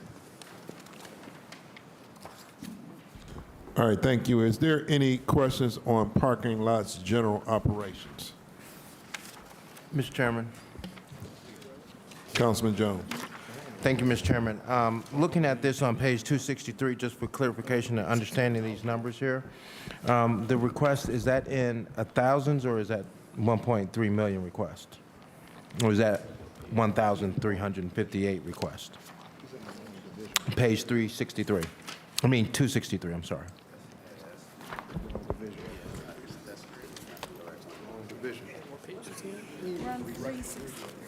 Councilman Jones, I think you might be on the wrong. I was in the wrong place. Thank you.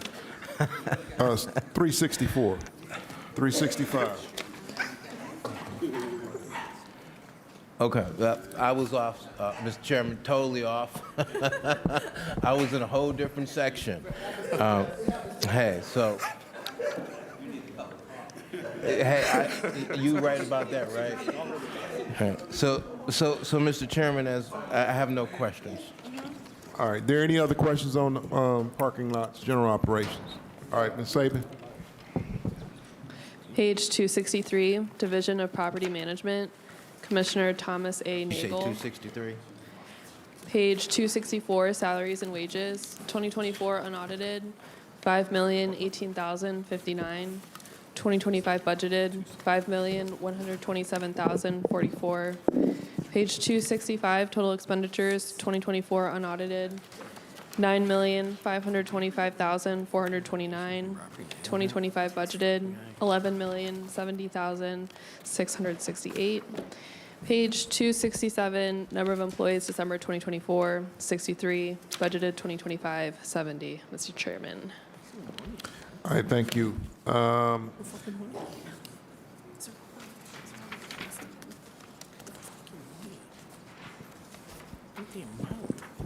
On page 264, under overtime, we have a sharp decrease in overtime. Why are we cutting our overtime? Is there a reason for that? That's 264.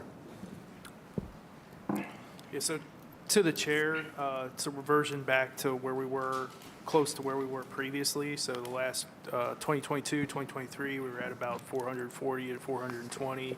Then we had a spike in 2024. So the 350 is budgeting to lower the cost to what we think is more normal.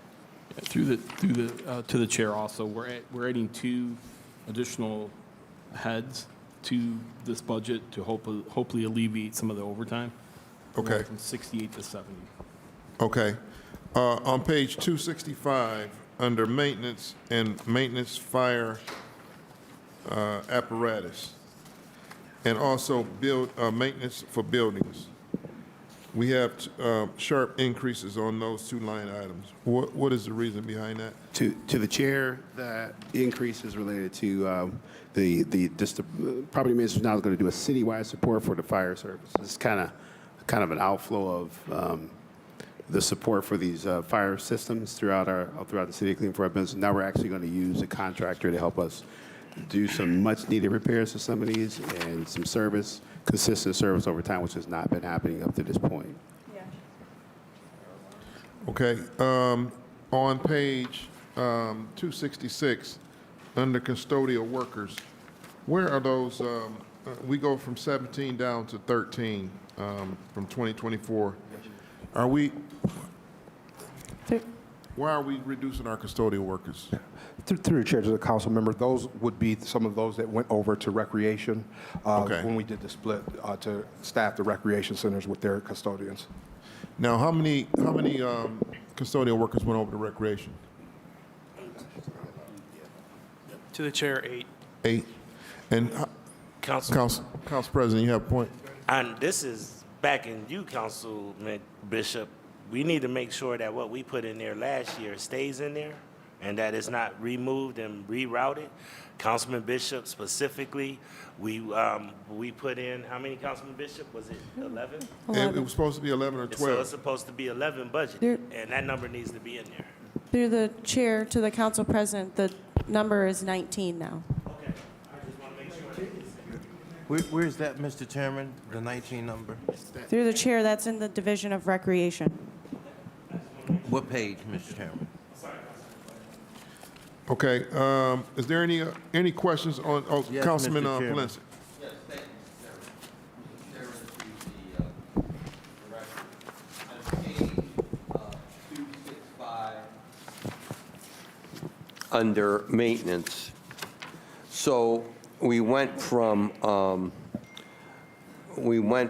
maintenance fire apparatus from $7,000 to $713,000. Explain that one.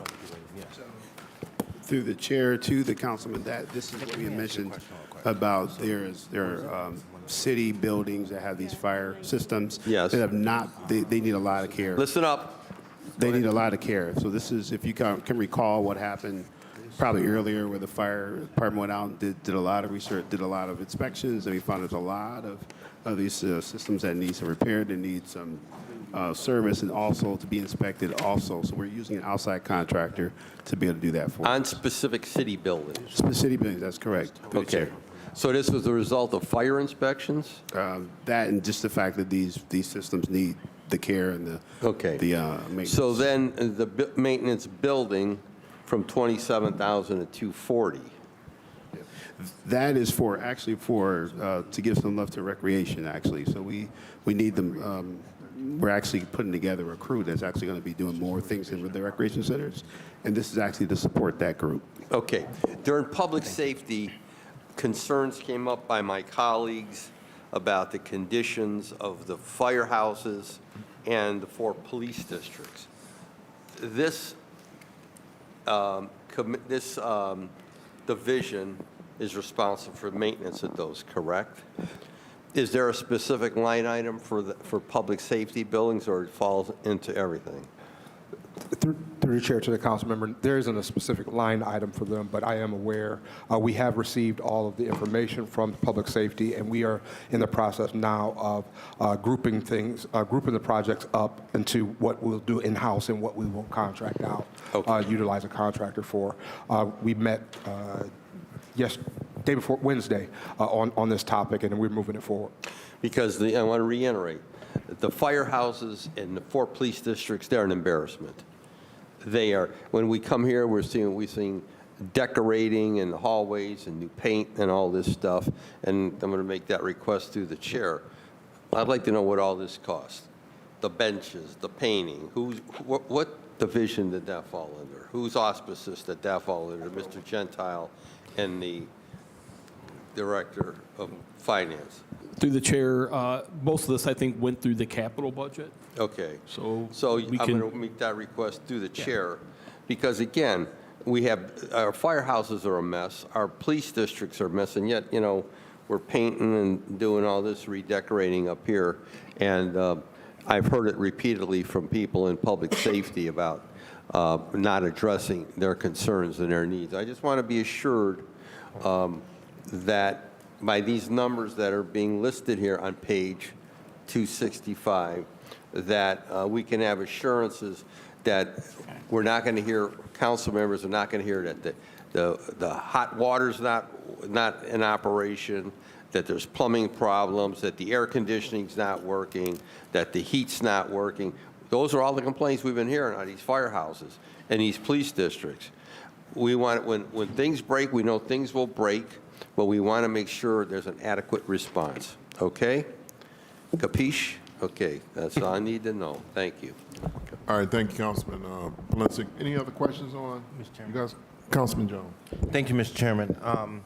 So this, I'm going to get back to, this was the page I was talking about initially. It is page 263. The service of request, and I'm looking at the metrics here. Is that 1,358? And then what does that dash mean? That you was able to satisfy 1,093 out of the request? Through the chair to the council member, that's correct. And what is that? What are you doing? What are those requests, if I may ask? There are myriad of service requests that have come through property management for work to be done. That could be from light bulbs to plumbing to electrical, the myriad of different things that we oversee in property management.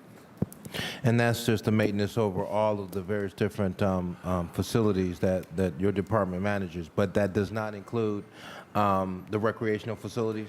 Through the chair to the council member, that includes all, I think it's close to 175 buildings that we oversee.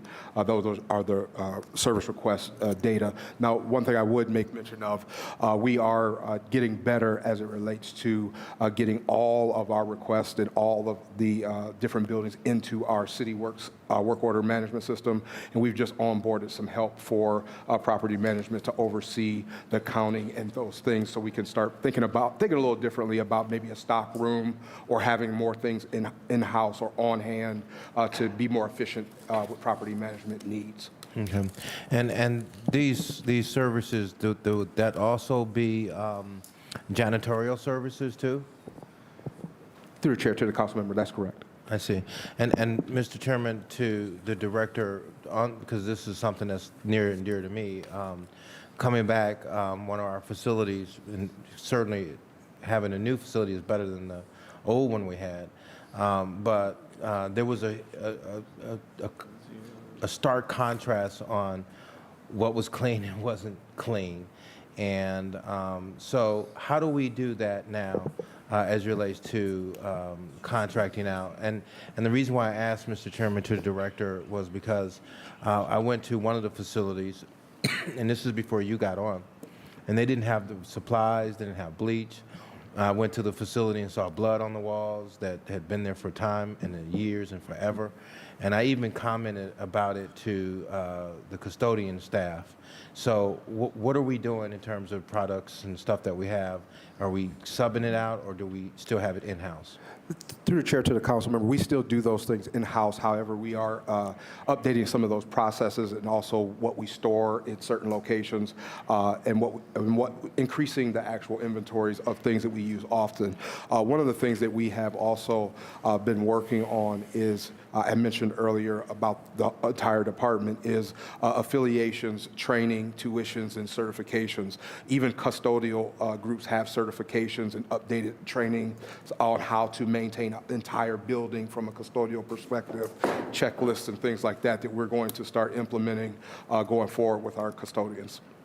And thank you, Mr. Chairman, for that, because, you know, making sure that we set the environment and the tone in our facilities, that they're going to be clean, they're going to be safe, and people will enjoy them is significantly important to attracting, Mr. Chairman, to the director, our citizens to come back to utilize our facilities. And we even heard, even yesterday at our town hall meeting, the concern for programming that brings young people back to our recreational facilities and giving them something to do with their time. Because when we were growing up, me and the chairman, we had a myriad of programs in these facilities that helped to get young people off the street and into utilizing their time doing something more recreational or more positive. So that's good to see that that we're looking at trying to do better than what we did in years past. Mr. Chairman, I turn over to the page where it says overtime, where it's $350,000. Is that just something that I know it has decreased? So I guess we're doing a better job, or we're hiring more people in. The reason why that number has decreased, Mr. Chairman, to the director, which is a positive thing, by the way. Through the chair of the councilperson, there's 2 additional heads, so we're trying to get overtime back down to this level. Is what? Through the chair of the councilperson, there's 2 additional heads for this budget, so we're trying to get the overtime back to this level. You wanted to go up. Is that what I'm hearing you say? No, it's actually budgeted to go down. That's right. That's what it looks like. And Yes. Okay. So then, all right. So we'll move on over here to maintenance. We have an increase of $240,000 there. Can you explain what that is? On page 265, under maintenance buildings.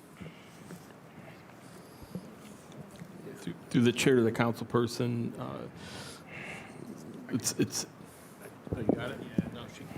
No, Through the chair to the councilperson, that $240,000 for maintenance building, this is we're putting together a team to give some more love to recreation centers. To do what? Do more work at the recreation centers, things like working on cleaning the floors a little bit better, things like that. So this is to support that. Okay. And this is to bring on some more people to do cleaning work. Well, it wouldn't necessarily be through the chair to the councilperson. It wouldn't be more people. It'd be the materials and things like that to be able to support it. I see. And then lastly, Mr. Chairman, looking here on page 266, and just want to make sure I'm on the same page. I think the president talked about this, that we have 13 custodial workers just in the Division of Property Management that will be doing nothing but general property management. This number doesn't reflect the janitors or the maintenance people or custodial workers in our recreational facilities. Is that correct? Mr. Chairman, to the director. Through the chair to the councilman, that is correct. These 13 are not related to recreation centers. And then what is the number that we have, I know, total for our recreational facilities right now in terms of maintenance? It was 19. She gave me an idea. Is it 19? It said 19. It's 19? Thank you, Mr. Chairman, to distinguished ladies. All right. No Thank further you, questions. Councilman Jones. Councilman Brian Casey. Thank you, Mr. Chairman. Mr. Chairman, to the director, does the property management include City Hall? Yes, it does. Through chair to the councilman, yes. All right, on page 265, I noticed office furniture and equipment has been zeroed out, painting equipment and supplies has been zeroed out, and other contractual, there's 10,000 budgeted, but there was 88,000 last year. In October of last year, the mayor spent $172,000 to redo the mayor's office and the Red Room, and then another $50,000 on drapes for the Red Room. Where would that money have come out of? The chair of the councilperson, that would have come out of the capital budget. And was stuff like that is there money in the capital then for other property management stuff? Through the chair to the councilperson, we do budget an amount out of restricted income tax for property management each year. So why would something like that come out of capital and not property management, Mr. Chairman, to the director, somebody? Yeah, through the chair, any major reconstruction improvement usually would come out of capital. So that's where it was budgeted, and that's where. And not property management. So This would be more maintenance. Right, so if, Mr. Chairman, to the director, if Cleveland City Council wanted to redo all their offices, that money would come out of capital and not property management. To the chair, that's correct. All right, thank you, Mr. Chairman. All right, thank you, Councilman Casey. Just to follow up on Councilman Casey's point, all the furniture that we see around here, City Hall, that just got put in, that came from where? Where was that be reflected in the book? In capital? Yeah, through the chair, that would be out of the capital project. That's Okay. correct. In what year? 2024, correct? To the chair, I'm not sure if it was encumbered in 2024 or in 2025. I think they just got it, but it may have been budgeted last year. We'd have to check on that. Okay, all right, please. Councilwoman House Jones. To the chair, to the team here. So the list of custodial workers, just getting clarification, how many properties are the custodial workers responsible for?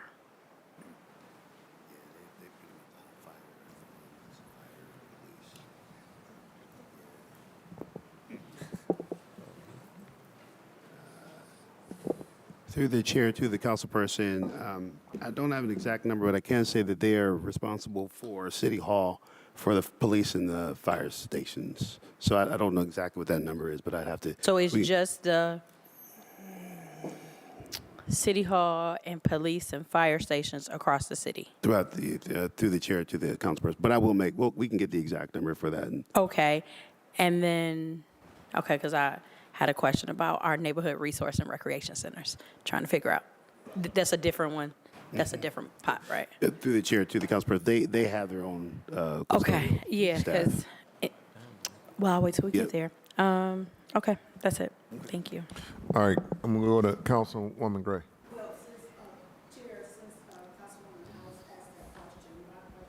Going to probably piggyback off of hers about which funding would come out of fixing the roofing at Lou Easton Park at the pavilions.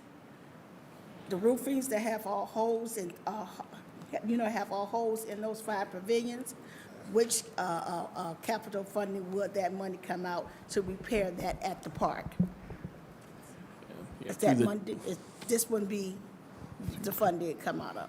Go ahead. Through the chair, Chair to the to councilwoman, if it's a major repair, it would come out of capital funds. If it's something minor that's not that expensive, someone like property management would handle it. But if it's a major repair, it's going to cost a.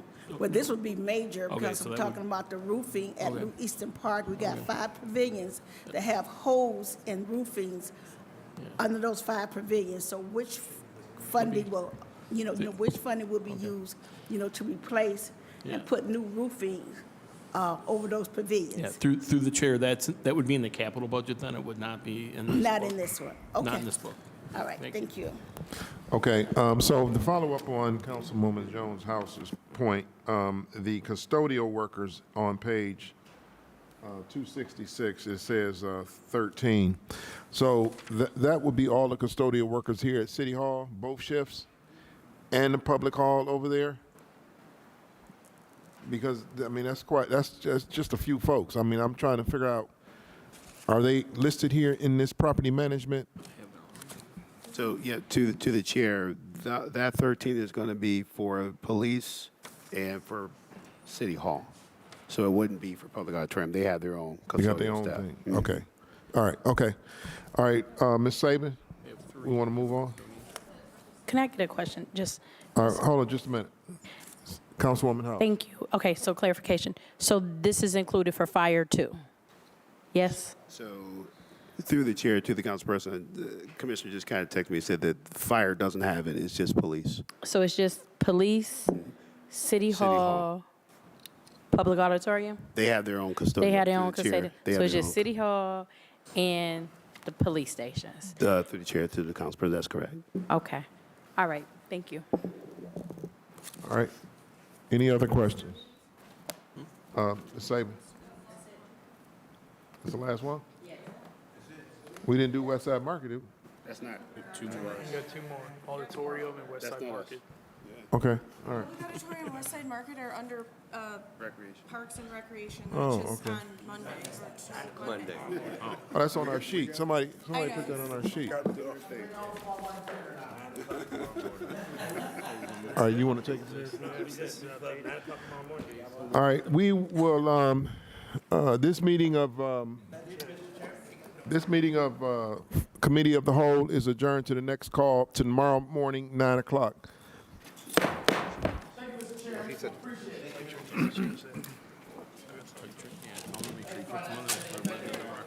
All right, sir.